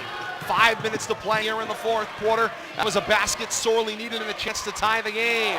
Meanwhile, back down floor, Carrillo. Jumper in the lane will go. It's 55-50, and all of a sudden, a potential 5-point swing. The Blue Devils defense does not have an answer for Carrillo right now. Every time he gets the ball, he's scoring. The jumper off the mark for Thomas. He came up a little lame. He's struggling on his way back down the floor, trying to walk it off. Meanwhile, Fonseca brings the ball over half court. Stops, drops a little entry pass for Carrillo, slashing the basket. Couldn't find the handle loose, and the Blue Devils have a pick going the other way. It's Paulino, up floor with Conacher, gets it back. Now Paulino, cross court, fine. Feeds Trey LeBlanc, the lefty three, won't go. Got his own rebound as it bounced loose to him. Had it poked away, finds its way to Smith, and now in transition. Here's Carrillo on Paulino, hard foul there, and down they go. Paulino first one up to check on Victor Carrillo. He didn't intend for that contact to be a serious. Trainer off the bench. It was a strong play, both players going up strong. Paulino feels terrible as Victor Carrillo hit the floor hard. Then you got the wind knocked out of him here, just kind of rolling around. Hopefully, trainer say, come on, I'll help you up. Yep. He's good. Paulino picks up his third, team 5th for the Blue Devils in the second half. A great sporting round of applause. 2 shots coming up here for Carrillo. Or if he has to come out of the game, anybody can take those shots. Coach has an opportunity to designate. 4:11 to play here in the fourth quarter at the time of the injury. Coach Goslin has elected to have Matt Fonseca take the free throws. Trainer's looking And now at Coach the knee. Kevin Grudgefield says timeout. So maybe an opportunity here for Carrillo to come back in, although Fonseca has been fantastic from the line. 4:11 to play here in the fourth quarter. Framingham 55 and Leominster 50. It's everything we expected and then some in this shootout inside the gym at Leominster High School. This 8-9 matchup. Leominster was the 8 seed in D1 Central Mass. Meanwhile, Framingham the 9. And what a battle. It's been everything we expected. Perhaps the best matchup on the D1 slate is right here tonight inside the gym at Leominster High School. Well, the MI definitely made a good decision in these matchups. Not too happy with the outcome up to this point, but we got 4 minutes to turn this around. Blue Devils got to come out, they got to score, and then they got to play some defense. something, double team, do whatever you got to do, but you got to slow down the Framingham's guard. I know we're not generally overly complimentary of the MIAA, especially with the Walker system, but right now this 8-9 matchup has been an absolute pleasure. Framingham, not traditionally a Central Mass basketball team, but the Walker system, the MIAA, the 8-9 matchup, I'm absolutely loving it right now. It looks real good out there, and we've got information that we've been told the next couple of years the MIAA will do away with the Walker system. They will also do away with each section determining their own fate. It will be one unified statewide system as calculated by max preps. We'll be learning about more, and as the year continues, we'll get more information as 2019 progresses. But that's coming in 2020. Max preps calculations statewide. We've got people chiming in on Facebook Live that said, give 21 the ball. That's Victor Garcia checking in with us, a Leominster High School alum, class of 2000. 21, of course, being Gavinsky Pierre-Louis. You've got it. I couldn't agree more. And making those foul shots here, Jacques Kazoo, 1-2. First time into the ball game, and he gets it to go. 56-50, a lead. Give it to 21. Pierre-Louis gets the feet inside, turnaround, draws the foul on Whiting, and Pierre-Louis will go to the line. 4:03 to play in the fourth quarter. That is going to put Leominster in the bonus. That's the 7th foul for the Flyers of Framingham, and that is the 3rd on Whiting. So Leominster will be in the bonus for the remainder of this one. Shots the rest of the way. Pierre-Louis gets that one to go. A 5-point game at 56-51. K-Zone Game of the Week brought to you by ROI Furniture. That's ROI Office Furniture in Fitchburg. How would you like to save up to 70% on office furniture, workstations, seating, and more? ROI Furniture in Fitchburg, your complete business furniture source. Learn more at roioffice.com. Pierre-Louis misses his second, but we get the offensive rebound for Leominster, and Conacher with the put-up misses, and down with the rebound are the Flyers. Big miss right there. Leominster needed some additional points on that possession. 56-51, 3.5 to play here in the fourth quarter. Luke Spring handling the basketball, half court right. He'll feed Whiting. Whiting drives on Conacher, splits as Pierre-Louis stepped in as a second defender and hit the lay-in. At 58-51, the 9 seed on top of the 8. Framingham over Leominster, 3:15 to play here in the fourth. Inside, Conacher got the feed from Pierre-Louis with the inside passing there. Nice work. Drew a foul. It is on the floor. It will be a 1-and-1 opportunity for Liam Conacher. And Liam's got to hit him right here. It's time to start making these foul shot opportunities. That foul is going to be Fonseca's second, team 8th for Framingham. Conacher at the line. 1 plus a bonus opportunity here. Brian Perez will check in on a made opportunity as he waits at the scorer's table. Conacher's shot is away, and it goes. Make it a 6-point game at 58-52. Perez will check in for Paulino, perhaps a little defense for offense there. Your K-Zone morning commute is every weekday morning with Travis and Sherman, 6 to 9 a.m. for the best in local news, weather, talk sports, and more. They keep you informed and entertained to start your day. It's Travis Condon and Sherman Whitman, weekday mornings on the K-Zone morning commute, 6 to 9 a.m. on AM 1280 and 105.3 FM. Conacher hits his second. And here come Flyers with that small but mighty Blue Devil student section with the defense check. Here's the drive. Carrillo tipped from behind, out of bounds. They say last touched by Thomas, and the ball will stay with Framingham. How absolutely huge is that for Conacher right there? Carrillo, the man for the Flyers with the ball, seemingly scoring every single time he touches it. He is absolutely stuffed there, but Framingham retains possession. And now the feed and the jumper from the left side. Three-pointer goes for Matt Fonseca. 61-53, a huge swing in points for the Flyers. Biggest lead of the night. Here's Conacher's drive. He got fouled by Whiting from behind, got the shooting arm, and that'll send Conacher to the line for 2. Might be the biggest lead of the night for either team, I think, this 8-point lead the Framingham Flyers have built up here. That's going to be Whiting's 4th foul, team 9th for Framingham in the second half. Conacher at the line again I'm not going to say how he's doing. Shooting 2. Indeed he is. Can't get enough high school sports here on a K-Zone. We are your source every Sunday morning for the Scholastic Sports Zone. From 11 to noon, you can catch Howie Kahn and crew on the Scholastic Sports Zone.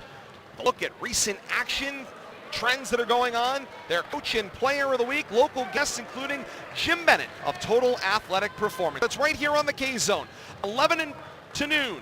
Each and every Sunday morning with the Scholastic Sports Zone and Howie Kahn here on AM 1280 and 105.3 FM. 0 for 2 from the line for Conacher. And those would have been important free throws that Leominster could have used. 2.5 minutes to play here in the fourth quarter and a 61-53 lead. Here's Carrillo with a deep look at 3. Too strong. Rebound for Trey LeBlanc. He'll take it half court from right to left. He got a hug. He did, and the foul will get called. I believe they billed it. It looked like Should be Carrillo. 3. Carrillo got called for it. That'll be his third. It's going to be the team limit in the second half. And so that will put Trey LeBlanc at the line, a mandatory 2 shots available to him. And to say that they can use both is an understatement. First will go for Trey LeBlanc. 61-54 Framingham. 2:20 to play in the fourth quarter.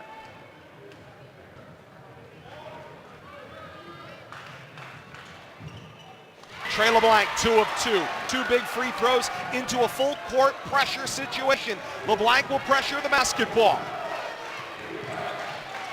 Token pressure. Although slow to the timeline, here come the Flyers. 61-55, 2:08 to play here in the fourth and final frame. Carrillo just completely analyzed the scoreboard for about 5 seconds. Fonseca, the drive. That looked like 3 steps to me, but he threw it away out of bounds. And the ball back to Leominster. Can you imagine being that good that you can just take a look at score at the time, how many fouls? See what we got. An analytical mind allows you to make You some could just- decisions you for could Coach see all Jason the Goslin's decision-making crew. happening.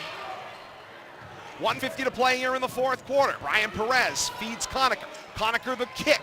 Finds his way into the hands of LeBlanc.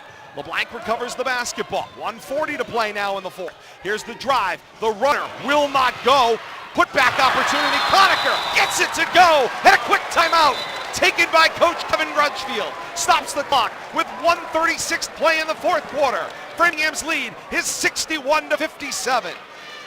Nice little comeback there. A couple of quick points there. Makes it a 2-possession game, but Blue Devils got to play some defense here, and they haven't had much answer on the defensive end. Right now, Victor Carrillo with 27 points in this one. How do you stop him? Everybody else is in single digits and not really all that close to getting into double digits.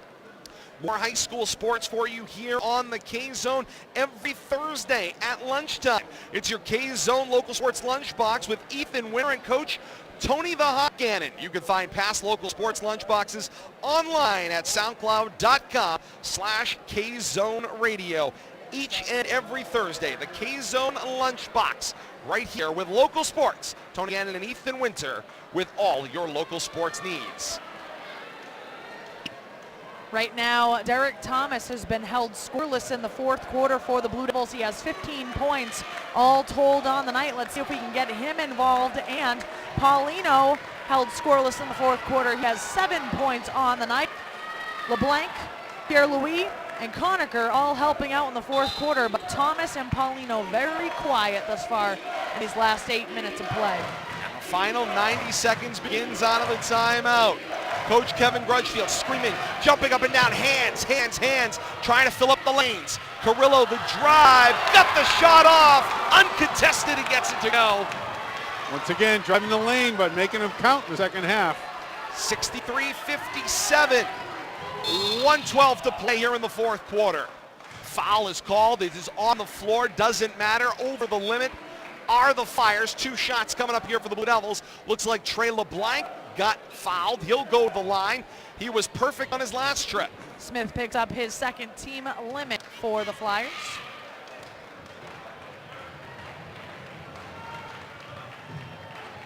And that one shorted by LeBlanc. 63-57 remains the lead. Last minute substitution coming to the table. Eric Olivero will check in for Sam Whiting. This is to protect the foul situation here. So Whiting will check out. He'll wait right at the table. He may check back in on a make. Offense for defense, Coach Goslin managing the bench. LeBlanc 0-2 on the trip, stone cold that dime.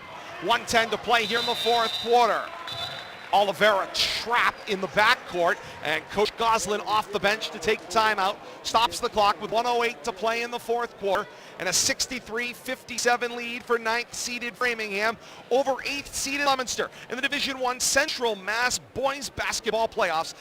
Here tonight on the K-Zone Game of the Week, AM 1280, 105.3 FM, and on the WPKZ stream as well. And streaming with our partners on Rivalry Family Media on Facebook Live. Replays of this game available on YouTube. On YouTube, you can search up at Rivalry Family Media, and you can like and subscribe. Tonight's action coming up with that replay available in the next 24 hours as well. Framingham with only one timeout remaining, with 1 minute and 8 seconds left in this one. But right now, Framingham Flyers using nearly all of their timeouts, really game planning in this one. Good job by the coach, too. And one thing the Blue Devils favor, they have a foul to give, so to speak, here in the final minute before they get into a bonus situation. They do. They can play an overly aggressive defense if you, at least on this first possession, try to get a quick turnover, turn it around and score a quick basket. But they do have a foul to give.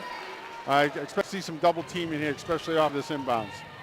And here comes the inbound for the Flyers. Full court pressure from Leominster in the final minute of the half.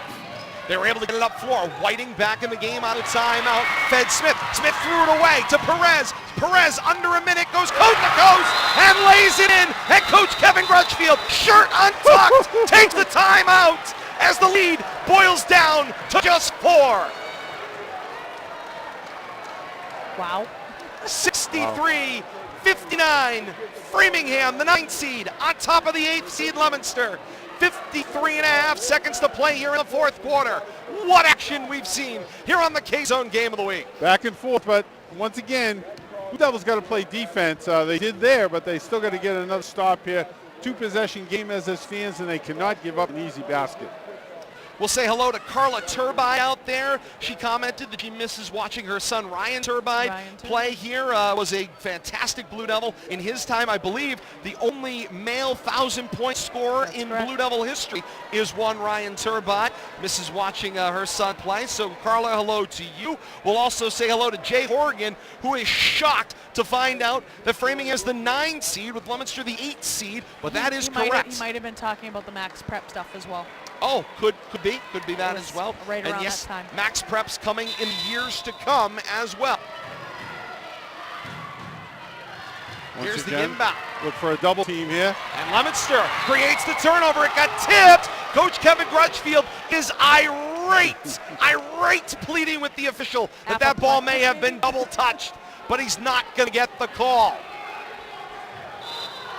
So Framingham will keep it. Leominster with the full court man. And now whistles kill the play. And here comes the third member of the team. I believe we have a clock issue that may have occurred. So the officials are going to have a conversation. Okay. Kevin Crutchfield staying very close. I'd like to be this official on our near side. Just you not guys involved figure in the it out. conversation. Yeah, let us know how it goes. Let me know. So a conversation will ensue. They're now talking to clock operator Mike Griffin. 49 seconds flat remaining here. They were about to put the ball in play, and they're still not quite ready yet. So 27 seconds on the shot clock. The shot clock had reset there. Whiting on a long 5 count, gets it in, finds Carrillo. Carrillo on an unbalanced floor, battles with Pierre-Louis, and Carrillo gets fouled. He'll have 2 shots coming at the line. And Pierre-Louis saying all ball, and he might have a good case. The bump came with the body underneath there. I'd love to tell him otherwise, but the bump came with the body underneath. Yes, he got all ball up top, but he bodied him up on the lower body. Carrillo at the line. First away, gets it to go. 64-59 Framingham. 44.5 seconds remaining here in the fourth quarter. Jay Horgan was talking about Max Prep seedings. Yes, that is indeed a fact. Max Prep's coming in the years to come here in the state of Massachusetts, and it will be one unified statewide system. We'll learn more on that as the year progresses. Trey LeBlanc down floor, launches 3, he buries it and brings the fans to their feet. And we have a 3-point basketball game with 38.5 seconds remaining here in the fourth quarter. It's Framingham 65 and Leominster 62. What a basketball game, though, Thomas. Turn that into a one-possession game just like that, and we've seen Trey do that time and time again. Once again, Blue Devils got to come down and play defense. We'll have to see if they can put a stop up, then come on back down. They still got to, look for 2 baskets or a 3-pointer. Still a tough road to hoe here with 38.2 seconds. Trey LeBlanc has put the Blue Devils on his back in the fourth quarter. 10 points for Trey LeBlanc in the fourth quarter alone. Add that to the other points from the first 3 quarters. He's up to 14 points. Still no points from Derek Thomas. Still no points from Paulino in the fourth quarter. Right now is the Trey LeBlanc show for the Blue Devils in this fourth quarter of play.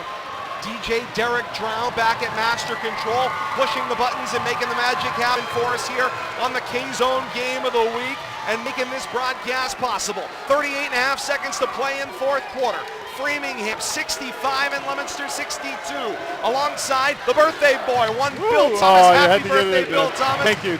Kate Robbins, I am Todd Robbins. The waning seconds here of this 8-9 opening round matchup. Coming out of the Blue Devil timeout. Carrillo takes it into the front court. Basketball gets tipped. Blue Devils have to give the foul. They went for the steal. They couldn't get it. They give the foul. 31.5 seconds to play here in the fourth quarter.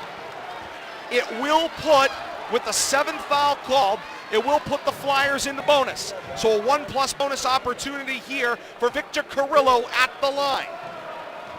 Yeah, that foul to give they had, unfortunately, was on a shooting foul. Carrillo gets that one to go. 6 of 7 is Carrillo on the night from the free throw line. What did Coach Goslin say? We got to make our free throws. And that one will not go for Carrillo. A 4-point game, 2 possessions. 66-62. LeBlanc launches the off-balance 3. Side rim, nobody there for the rebound. Carrillo, highlight pass down the floor. It won't go. Whiting may have been bothered. Down for Pierre-Louis. 14 seconds to play. LeBlanc, an off-balance runner, won't go for 3. The rebound down for Luke Spring, and Blue Devils will give the foul with 7.5 seconds to play in the fourth quarter, trailing by 4. Blue Devils with their opportunities.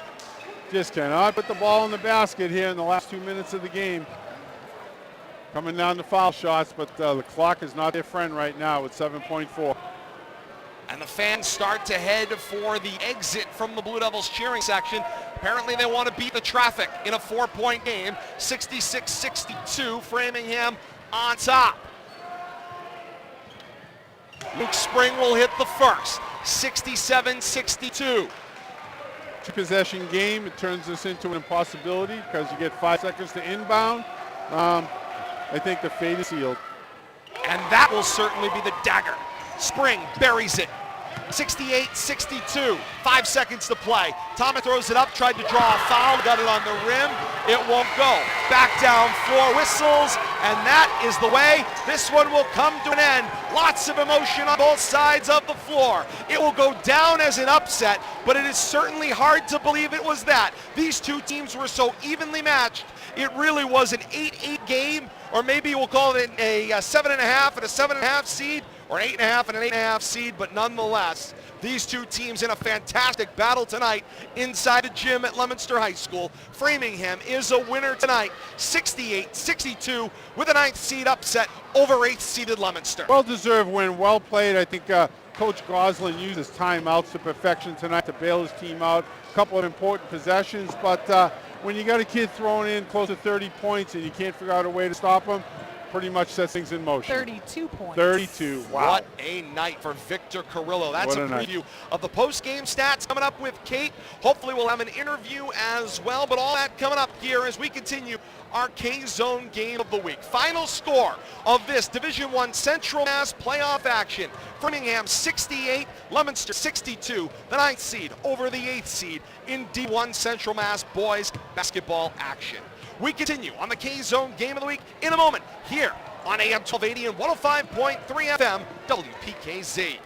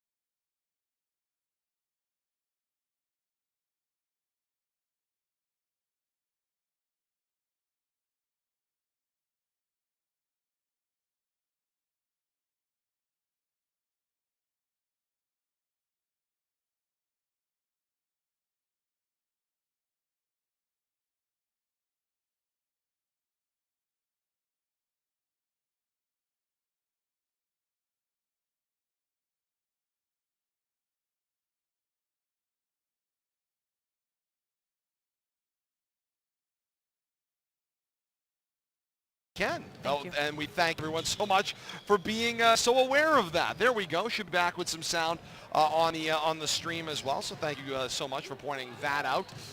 We made a camera switch. Nonetheless, we're good.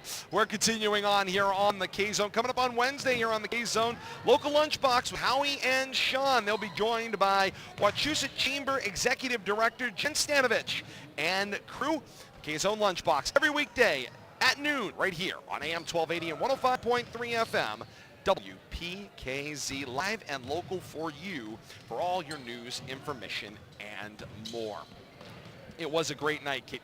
Unfortunately, a very tough scenario, for Leominster. They were in a great situation. They had certainly grown and developed, throughout the year. This was their goal, was to get into the postseason. Yes. I know for Gavinsky Pierre-Louis, he wanted it so badly. Oh. This be the year, his senior year, carried this team, supported them, What helped them leadership. to grow and develop with a lot of young talent. And you're right, leadership is the word, and it will end tonight at the hands of a fantastic Framingham team.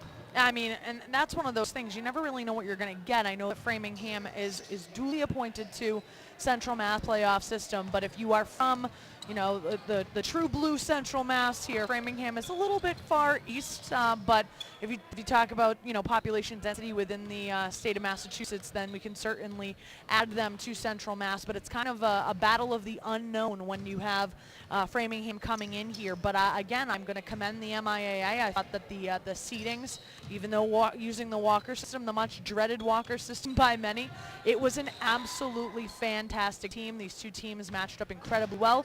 You saw incredible execution on both sides of the ball. You saw coaches that were having a chess match back and forth. They knew each other's strengths. They knew each other's weaknesses. They brought some surprises on both sides of the ball.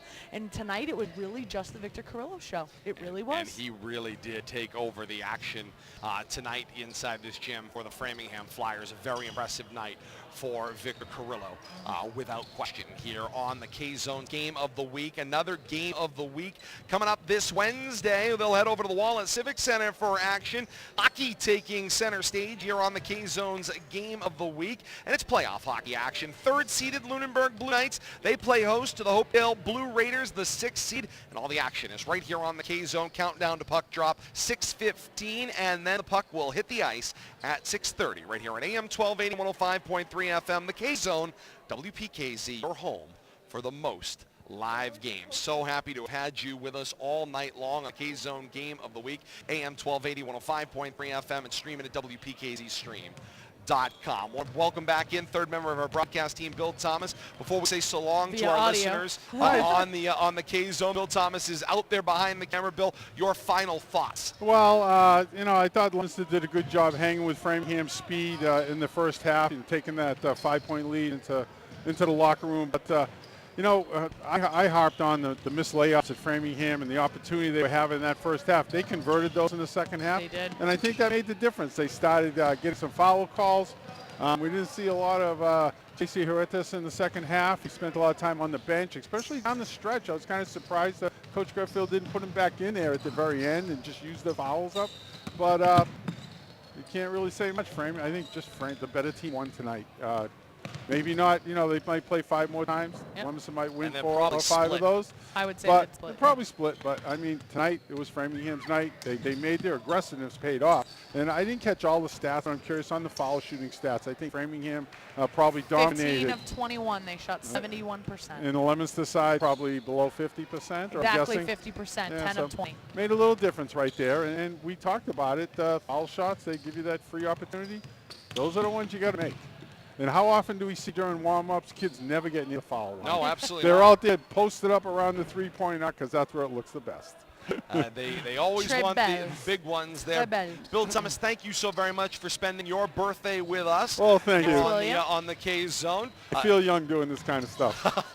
Keep me around. We do certainly appreciate that. While we're sending out the thank yous, thank you very much to DJ Derek Drown back at Master Control, pushing the buttons and making us sound so darn fantastic tonight here on the K-Zone. I know he loves this. Derek, it's a spiffy job tonight. You really did a spiffy job back there at Master Control. So thank you, Derek, so much for your help tonight. For Bill Thomas and Kate Robbins, once again, the final score inside of the gym at Leominster High School. Division I Central Mass playoff action, a battle of the 8 and 9. It's 9-8, Framingham over Leominster, 68-62. The final score. Thank you so very much for joining us on the K-Zone. And until next time, so long, everybody.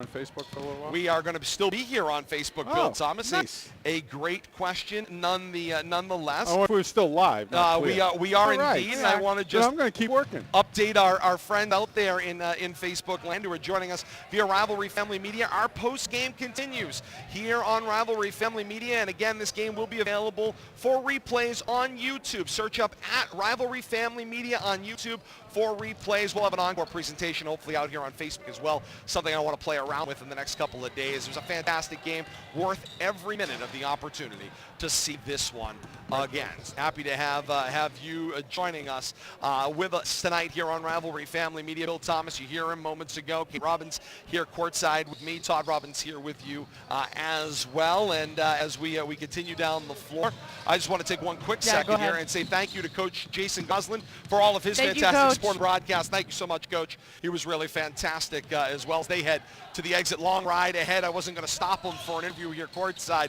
but they were really fantastic supporting the broadcast with game prep and what have you. I want to thank their athletic director and their staff as well for all of their Johnny on the spot all weekend. Indeed, yeah, they really were fantastic, helping us get ready for a Monday night matchup here at the gym at Leominster High School. We're going to hang with you courtside for a little bit longer, try to get Leominster coach Kevin Grutchfield coming up, as meanwhile out on the floor, girls basketball, varsity team was here. Coach Rusty Frederick and his squad, they were here. They were sitting down in the lower right corner of the stands across from us.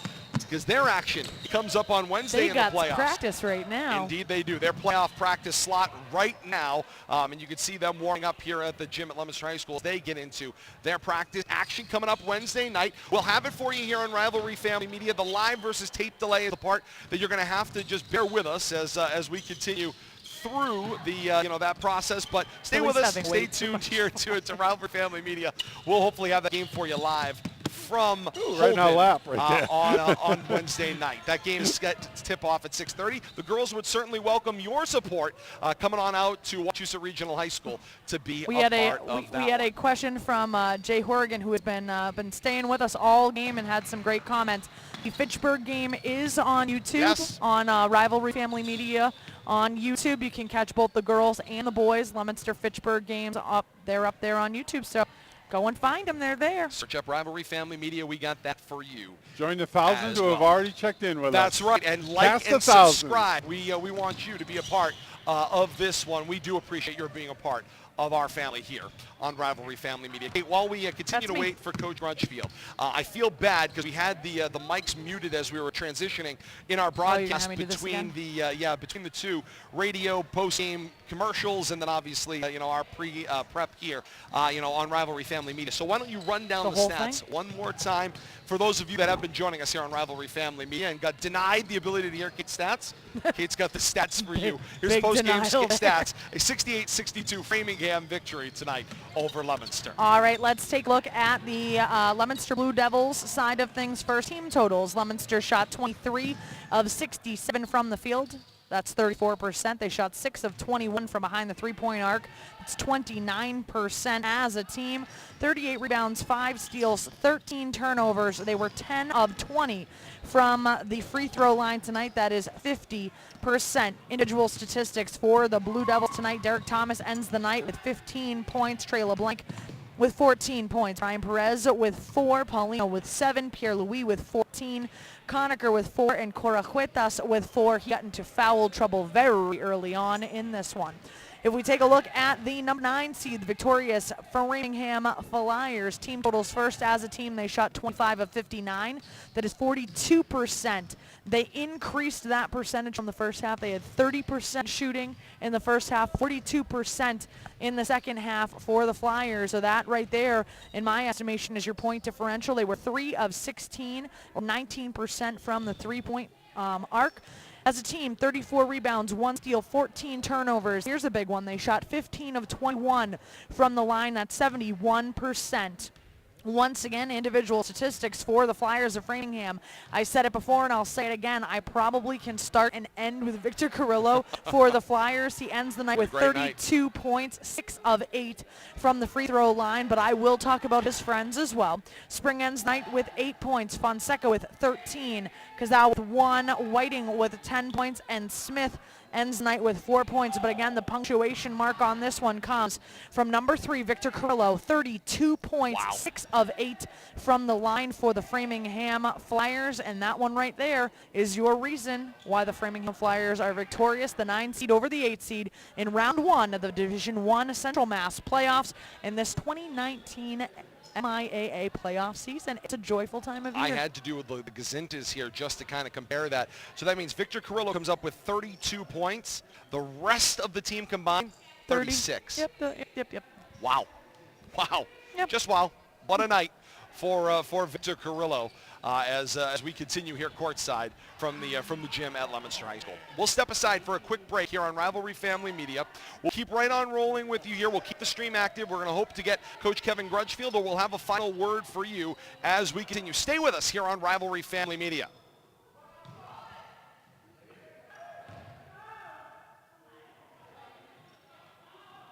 My headset on the camera. I like this. I can get used to this.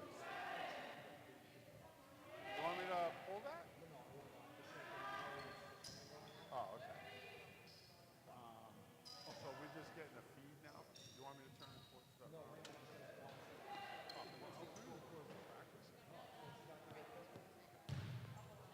That was pretty good tonight. I think I only missed one trip down the court once. And it was I didn't actually miss the trip down the court. I was fucked. No, but it was actually, you know what I missed? When the kid got hurt.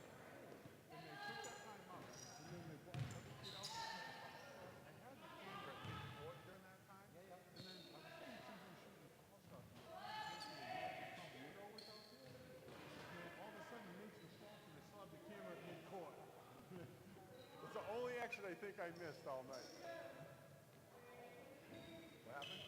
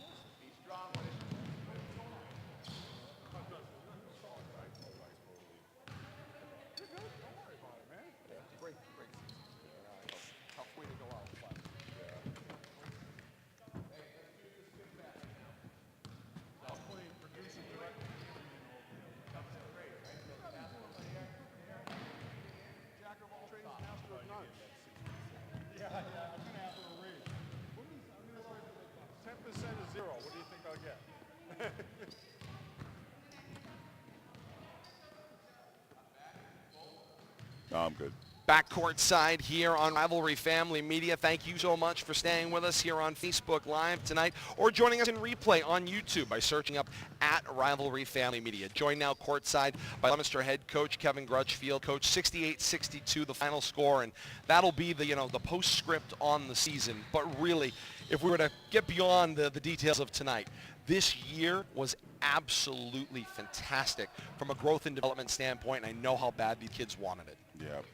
Thanks for saying that. I mean, the program is definitely moving in the right direction. I feel like we're getting our system implemented, and the kids are understanding what it takes to be successful.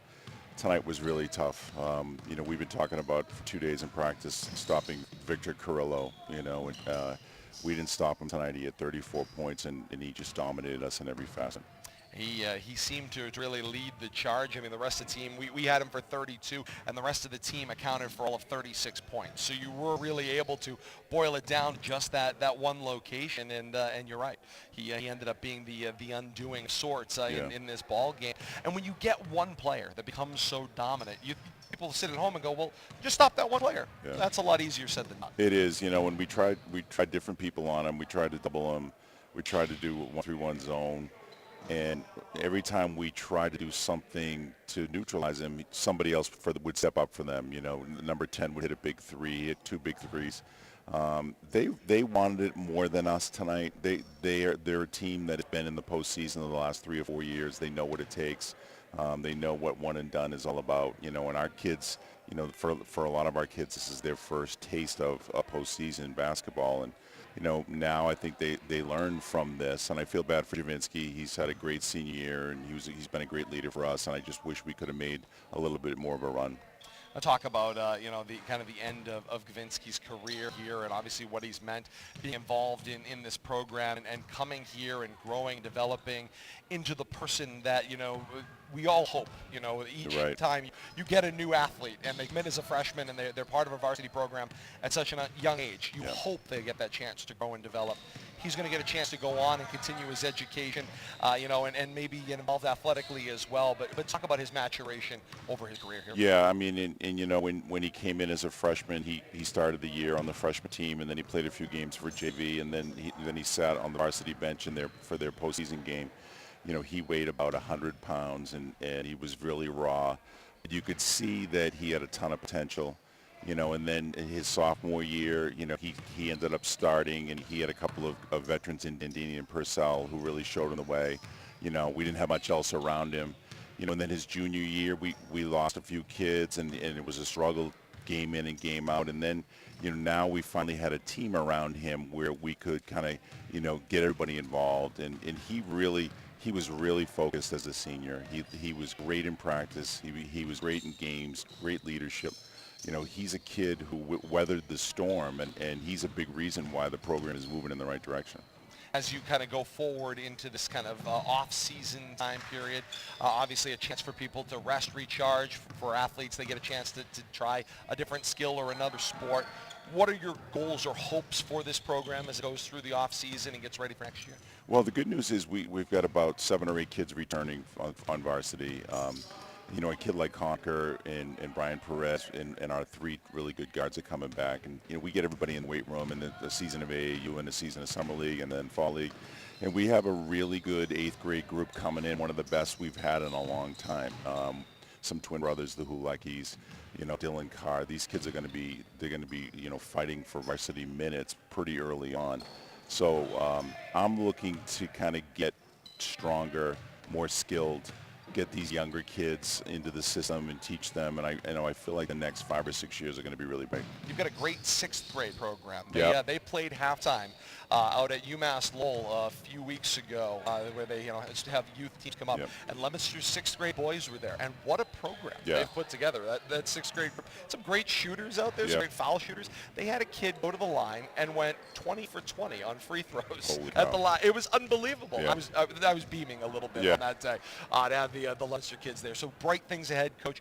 I know it's the end of a long season. They say it's this great, wonderful marathon, and then all of a sudden, when that elimination comes, it's like plowing headfirst into a brick wall. So difficult to get to that point. I know you've got a fantastic family that are looking forward to seeing you a little more often, and then you'll get back and get right back at it for next year. Yeah, and thank you guys. Unbelievable job again, and we really appreciate your support. We appreciate that, Coach. See you again next season. Okay, thank you. All right, Coach, thank you so much. It's Coach Kevin Grudgefield. A quick break inside the gym at Leominster High School, and we'll be back with a final word here on Rivalry Family Media.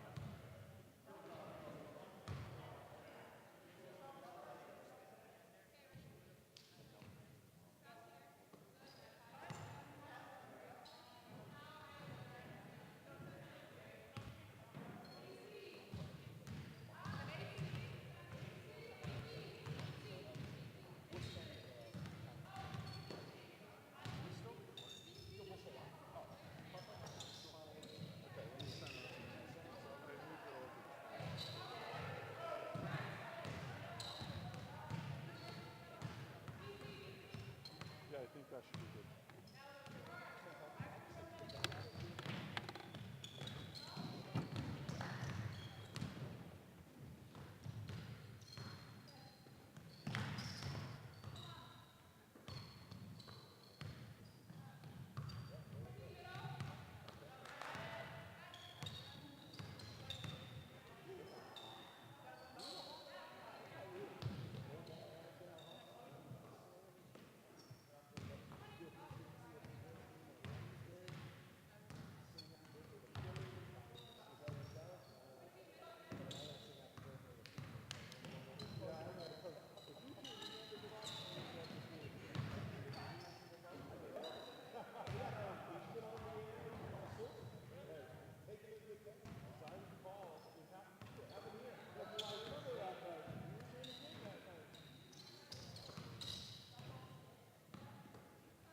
Back inside the gym at Leominster High School, and thank you so much for staying with us here on Rivalry Family Media. An opportunity for a final word as girls basketball practice continues as they get set for their playoff action opening round as they will take on the top-seeded Wachusett Mountaineers on Wednesday night at Wachusett Regional High School. 6:30 is the tip-off. We will be there for Rivalry Family Media. Our partners at Leominster TV are hoping to be out there that night, so hopefully we'll have a great night of action for you, and we hope to have that game live on Facebook Live as well. So stay tuned to Facebook. We'll have the official word one way or another as we're able to kind of work our way through the night. Bring back our birthday boy, Bill Thomas. Kate Robbins here with us courtside as well. 68-62, Framingham is the winner tonight over Leominster, eliminating the boys team. And you could see it in Coach Grudgefield's face and eyes. It was that combination of complete heartbroken nature for his seniors who he wanted, spent in energy that they left everything they could possibly out there tonight, but maybe disappointment about what could have been had they were able to get by this night. But the roadblock tonight, he said it, was the better team won, as you had said, Bill Thomas, at the end of the game, and that is nothing but a credit to Framingham. Oh, absolutely. From the coach on down, and you talk about Leominster not leaving anything on the court. The coach didn't leave anything on the bench. I mean, he was playing just as hard from the bench, and you love to see that passion. But Leominster was beat by a quicker team. Add in constant speed, not just quickness, but speed up and down the court. And they weren't afraid to try to take control of the lane. Even though they weren't successful in the first half, led to a 5-point deficit, continue to drive the lane, continued that in the second half with a lot more success. Got to the foul line. You know, we commented, I heard Kate's stats, I think 16 or something like that for 21 as opposed to 50% for Leominster. And there's your 6 points on board, you know, and if Leominster shoots 50%, I mean 75% like Framingham did, it's a different ball game. But we hop on that, the basics all the time. Of course. It sounds easy. It's much easier to talk about it than it is to do. The kids played great. Don't take anything away from them. They had a great season, and I know Coach is already looking. I talked to him after he got off here. He's already looking forward to next year. Absolutely. Absolutely. It's amazing I would take how a nap fast first. you bounce back. Oh, absolutely, without Maybe a no nap. question. And Kate, from a coaching perspective, when you want it so badly for your players because you know how badly those upperclassmen have been part of the development of your program, you hit that brick wall tonight with the elimination. It is so hard. You get a few minutes, you can harp on it, and then you gotta move on. Well, and that's the very difficult thing about high school sports. I mean, we've had alumni checking in, and it's one of those things. It's such an abrupt end of your career.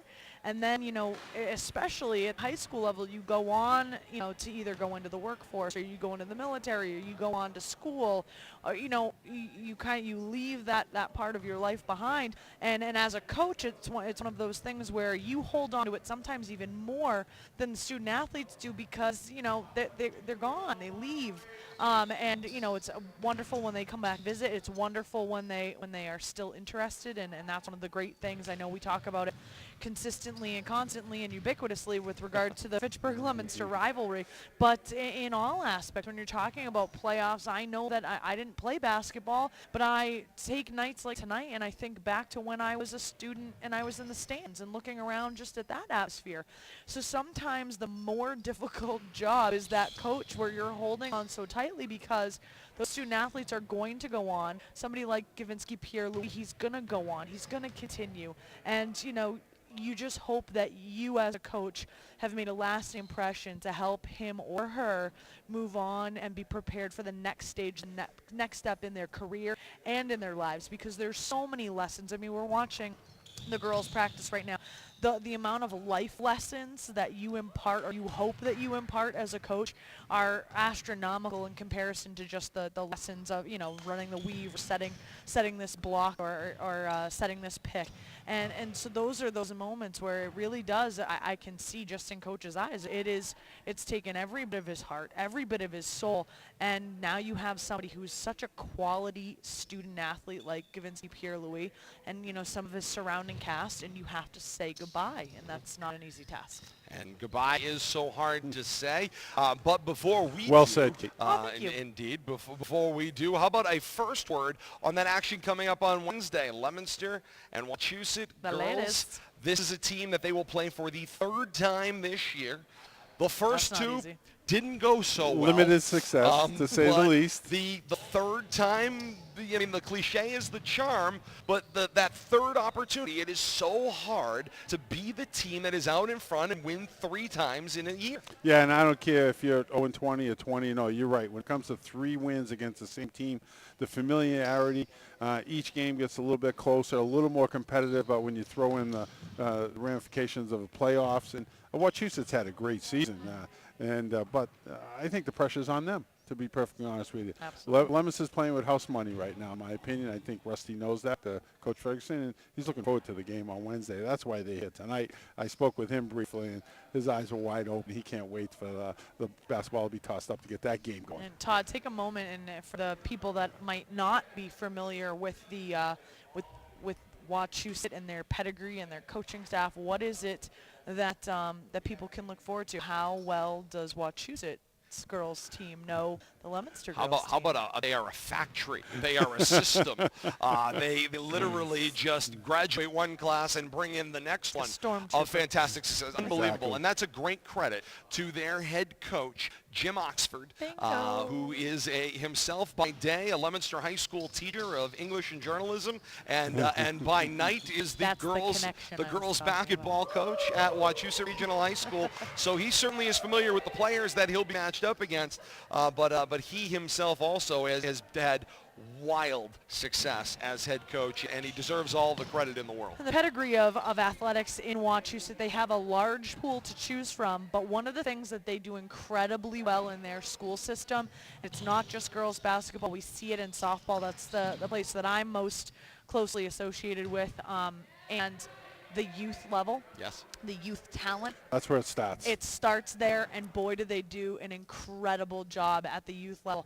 And it's something that you certainly can't discount, because as a coach in a system in the high school level, unless you are dealing with one of the Catholic or private schools, you can only mold the clay that you are given.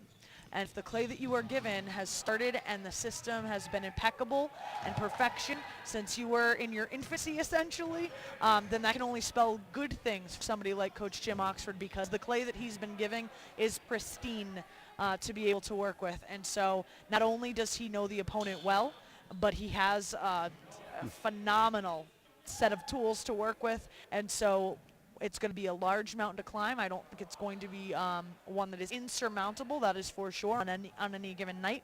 I think anybody can take down anybody in the Midwatch, but it will certainly be, it's not Mount Wachusett, you're looking at Mount Rainier. It's a tall tall hill to climb, but it can be climbed. Absolutely. And they have the tools. that's why to do they're it. here tonight. They're working on some stuff. The girls look good, and I expect to see them be very competitive.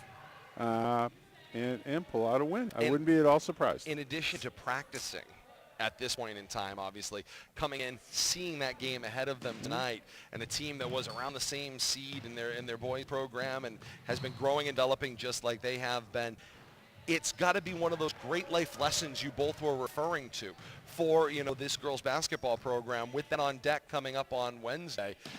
It is the brick wall. It will all come to a screeching halt. Acme brick wall. Yeah, it is the Acme brick wall. It will come to a screeching halt on Wednesday if you don't put together your best showing that Best night. game. Yeah, and there's some girls, too, that this could be their final basketball game. And, we know they're going to put it all out there on the line. And like Kate said, it's the coaches have done a great job installing that competitive nature, but just being life teachers and transferring the basketball skills into the next level of your life. And we've seen it, on both sides, from the football to the basketball court. And, Leominster just had some great success on and off the court, but we want to see him have some success What a on the fun court Wednesday. season, though, on both sides. Both I know boys we and still girls, have, yes. We still have the girls' game to go this Wednesday, but what a special treat this 2018-2019 winter basketball season has been for both the boys and the girls. It has been electric. An opportunity to return and hopefully grow and to build on tonight.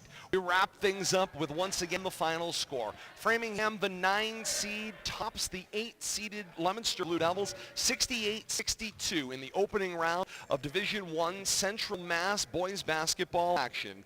Leominster eliminated with the loss. Framingham will continue on to a Thursday night game against Wachusett. I want to thank all of you so very much for being a part of this broadcast tonight. Thank Bill Thomas for his fantastic work, Kate for hers And Maddie Hoole as in the well. background. Maddie Hoole with us as well and bailing out of the picture as we speak. We say thank you again for being a part of our family here on Rivalry Family Media. I want to also thank our friends over at the K-Zone for being a part of our coverage tonight as well. We'll be with them hopefully in the weeks and months ahead as we continue with the growth and development of Rivalry Family Media. Again, a big thank you for being a part of our family, and until next time, so long, everybody.